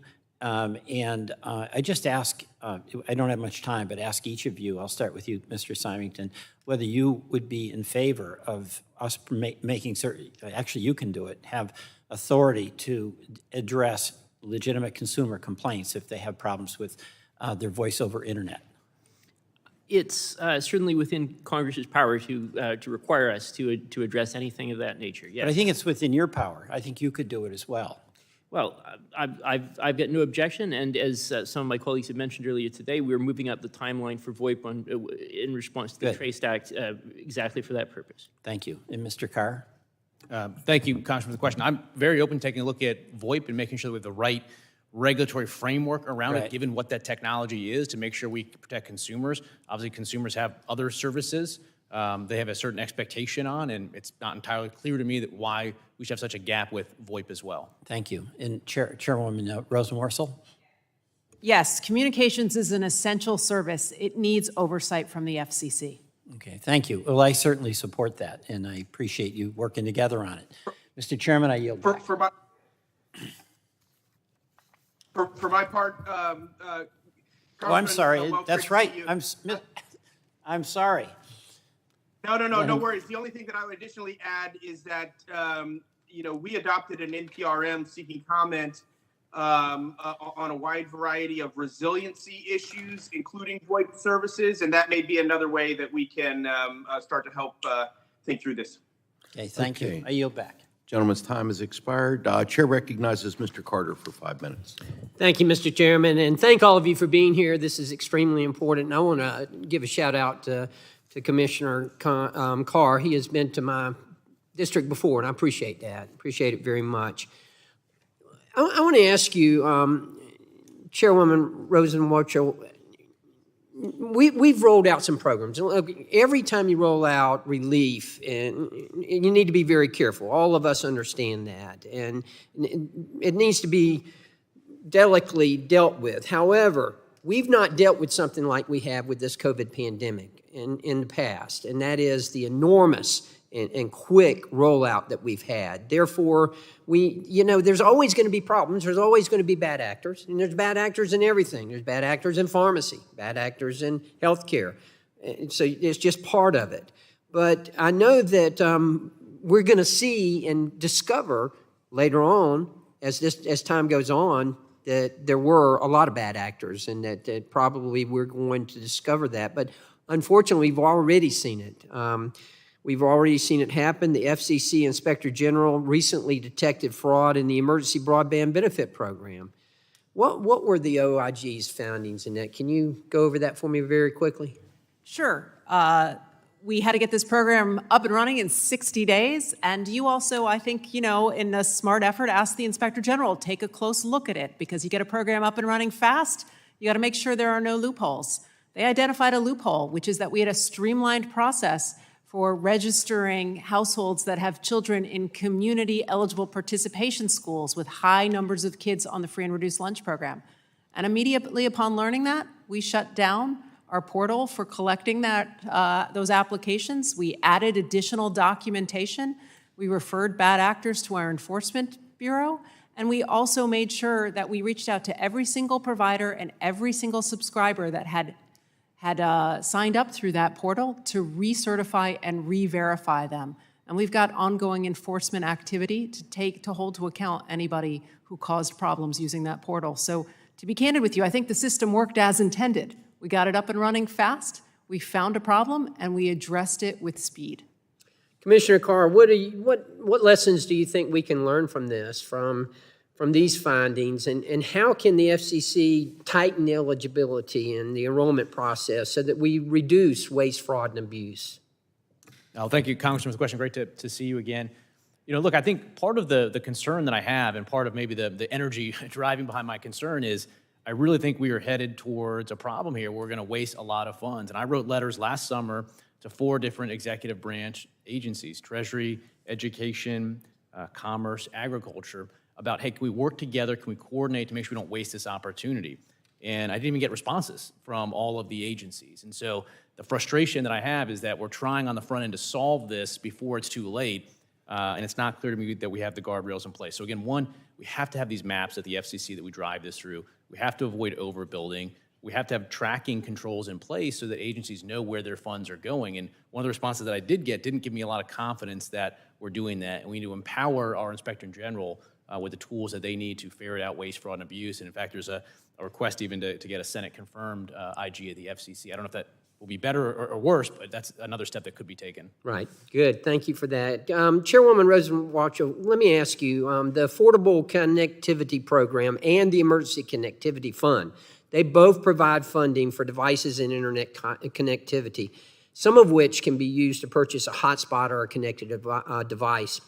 In instances where an eligible low-income household is also eligible for ECF funds, how is the FCC ensuring that these two programs are not duplicating one another?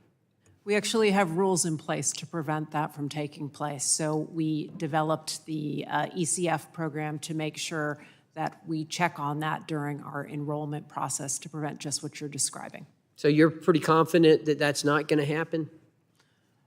We have rules in place. We will monitor it over time. I understand what you're saying. You know, we don't have infinite resources. We want to reach as many people as possible with these programs. And that's why we have a rule to that effect. But it's something we'll certainly monitor over time for the reasons you describe.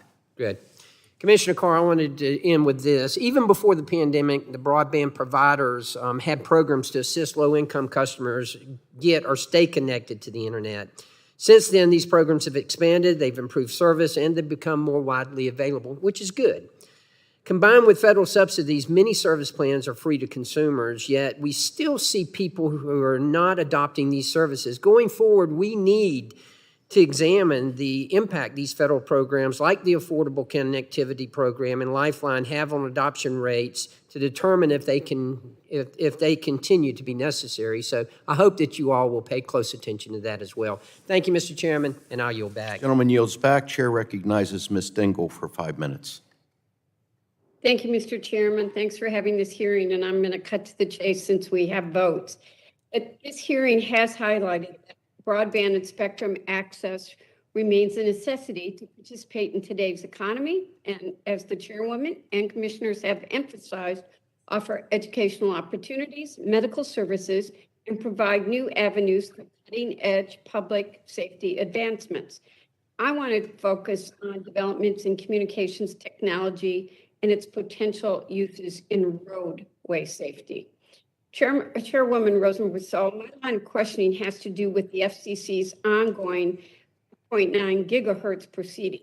In the Commission's initial report in order from November 2020, it designated the upper 30 megahertz of this band for intelligence transportation systems, or ITS. Furthermore, stated that the CV2X was the technology that should be utilized for ITS. The Commission asked for further comment on implementing CV2X and winding down DSCR last spring. We're now 1 year removed from that public comment period and 2 years removed from the original RNO, and I understand much work remains for those state and local DOTs and or automakers who want to deploy this potentially life-saving technology. Based on the current record before the Commission, how is CV2X expected to advance automobile safety in this country? And most importantly, will you work with those automobile stakeholders who want to deploy the CV2X technology in the 5.9 gigahertz band? The quick answer is yes. We are in conversation with them right now. I know that they want early access to that 30 megahertz of spectrum, and they have a petition before us requesting access. It's my understanding they're going to be updating that petition. We are waiting for that, and I hope we can proceed. That is the technology that is, of course, the successor to DSRC, and I think it has lots of potential in that 30 megahertz of spectrum. So we want to be able to stay in contact with them and stay in contact with you and see if we can make that happen.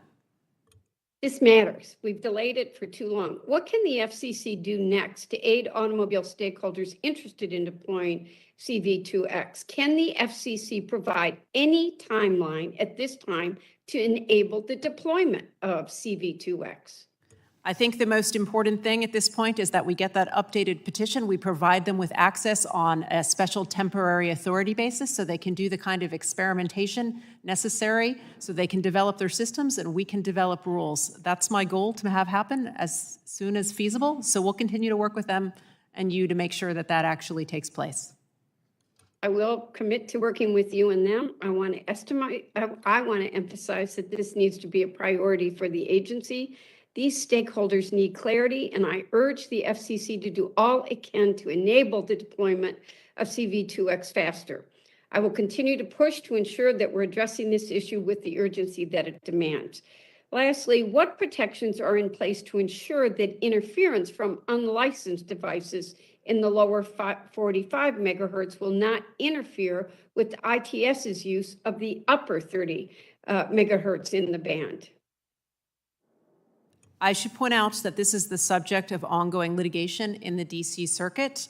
There are some auto interests that have taken the decision from 2020 to court to hash this out in front of a judge. So that is ongoing right now. But I have confidence in the engineering work of the FCC that was done before I took over the agency that suggested that there is no reason to be concerned for interference. We are going to be able to accommodate in this band both auto safety interests and unlicensed interests.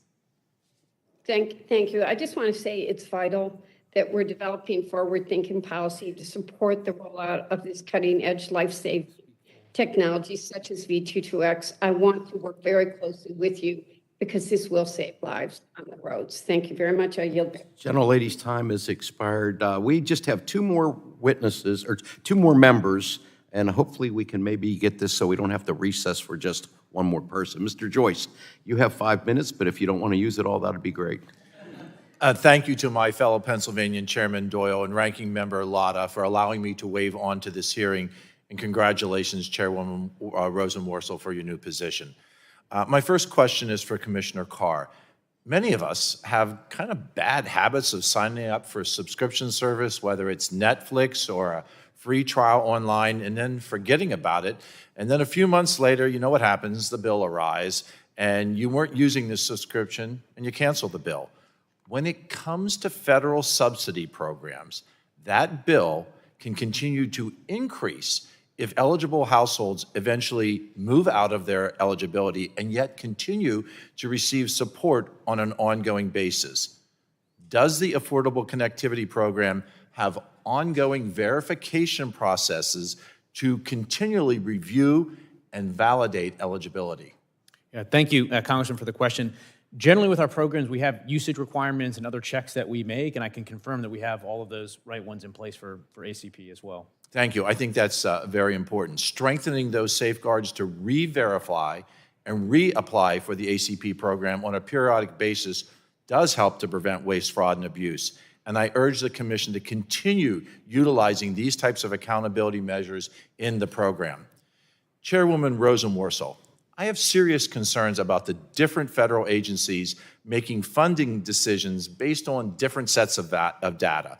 That coupled with the differing grant programs, it's really ripe for wasting federal funds rather than focusing on the truly unserved parts of America. So this is going to be kind of a quick question as the chairman requested. This is yes or no. Do you agree that the FCC's RDOF program is on a path towards successfully narrowing the digital divide thus far?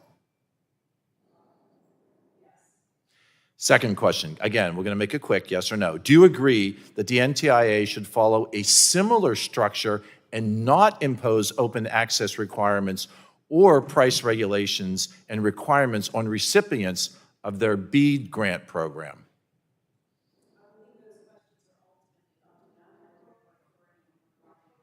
I believe those questions are up to them and whatever authority you ultimately provided to them in the infrastructure bill. I do not support the NTIA imposing open access or price regulation as a condition for grant funding. I think that opens it up to so many areas of disqualification. Now, changing subjects. It's clear that the American consumers rely heavily on wireless, and we see it. We see it in the use of mobile phones, Wi-Fi, and increasingly connected devices like thermostats and even door locks. With this demand for wireless services, how are each of you looking at the need for spectrum strategy that includes a balance of licensed and unlicensed spectrum? And first, I'll ask Commissioner Carr. Well, thank you. This is a year ago, I put forward a spectrum calendar with listed bands I thought we could get done that year, this year, and next year. For instance, in that I included 3.45 gigahertz, which we've done, 2.5 gigahertz, which hopefully we're doing soon. 6 gigahertz, I think we could look to authorize very low power devices as well as client-to-client device communications. We can seek comment on increasing power in 3.5 CBRS, and we could take a look at Uni 2C, an unlicensed band, and looking at whether we can make that more usable. And there's some additional bands for this year and beyond that I've also listed that I think will help keep us on track. Chairwoman Rosen-Worcel, from your new perch, how do you address this?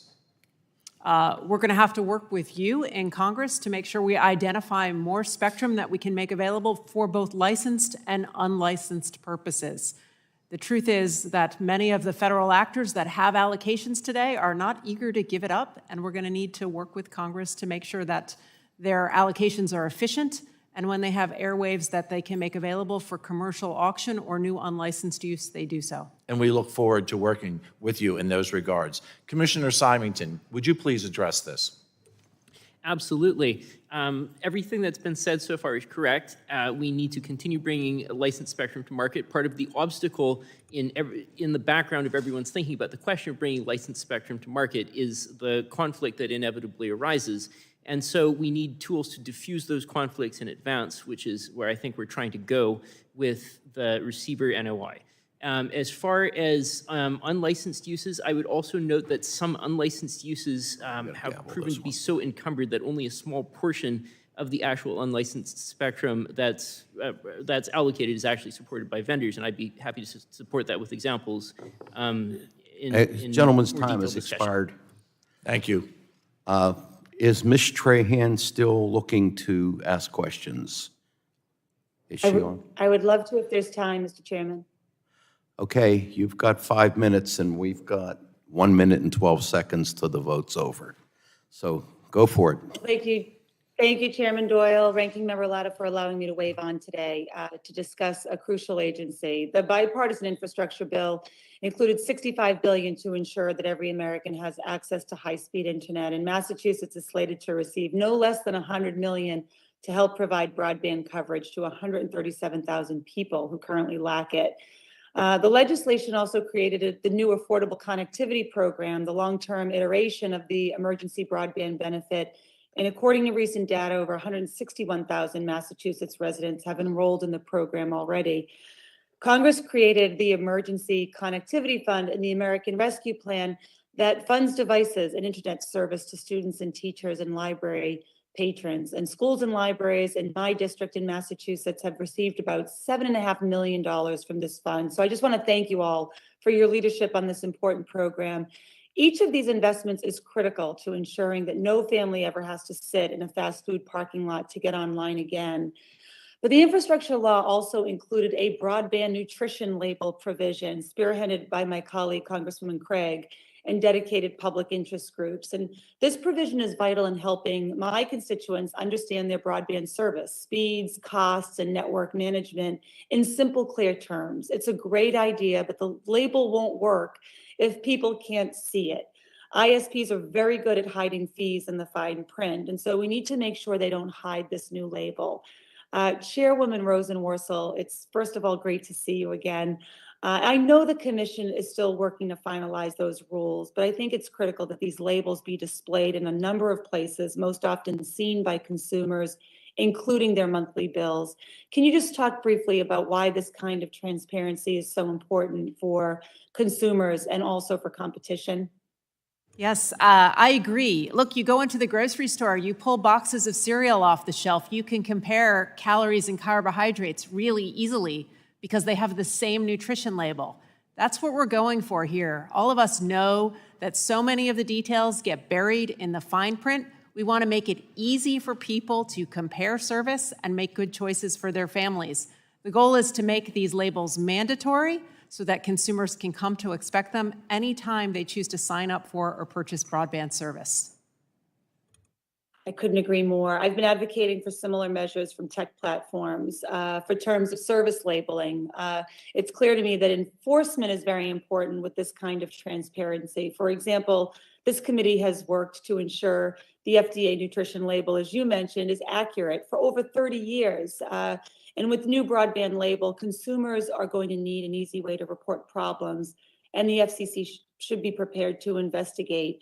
Do you have thoughts on how the FCC can enforce the label requirement?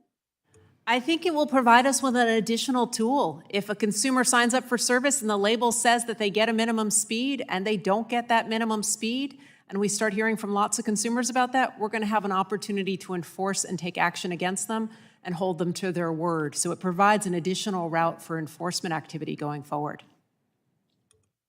Great. Mr. Chairman, I appreciate you squeezing me in at the tail end, and I yield back. General Lady yields back. Chair requests unanimous consent to enter the following records and other information into the record.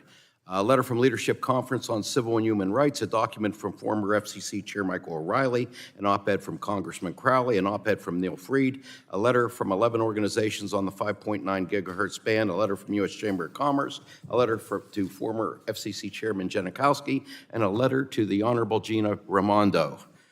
Without objection, so ordered. I want to thank our witnesses for their participation today. Remind members that pursuant to committee rules, they have 10 business days to submit additional questions for the record to be answered by the witnesses who have appeared. I ask the witnesses to respond promptly to any such questions you may receive. At this time, the committee is adjourned.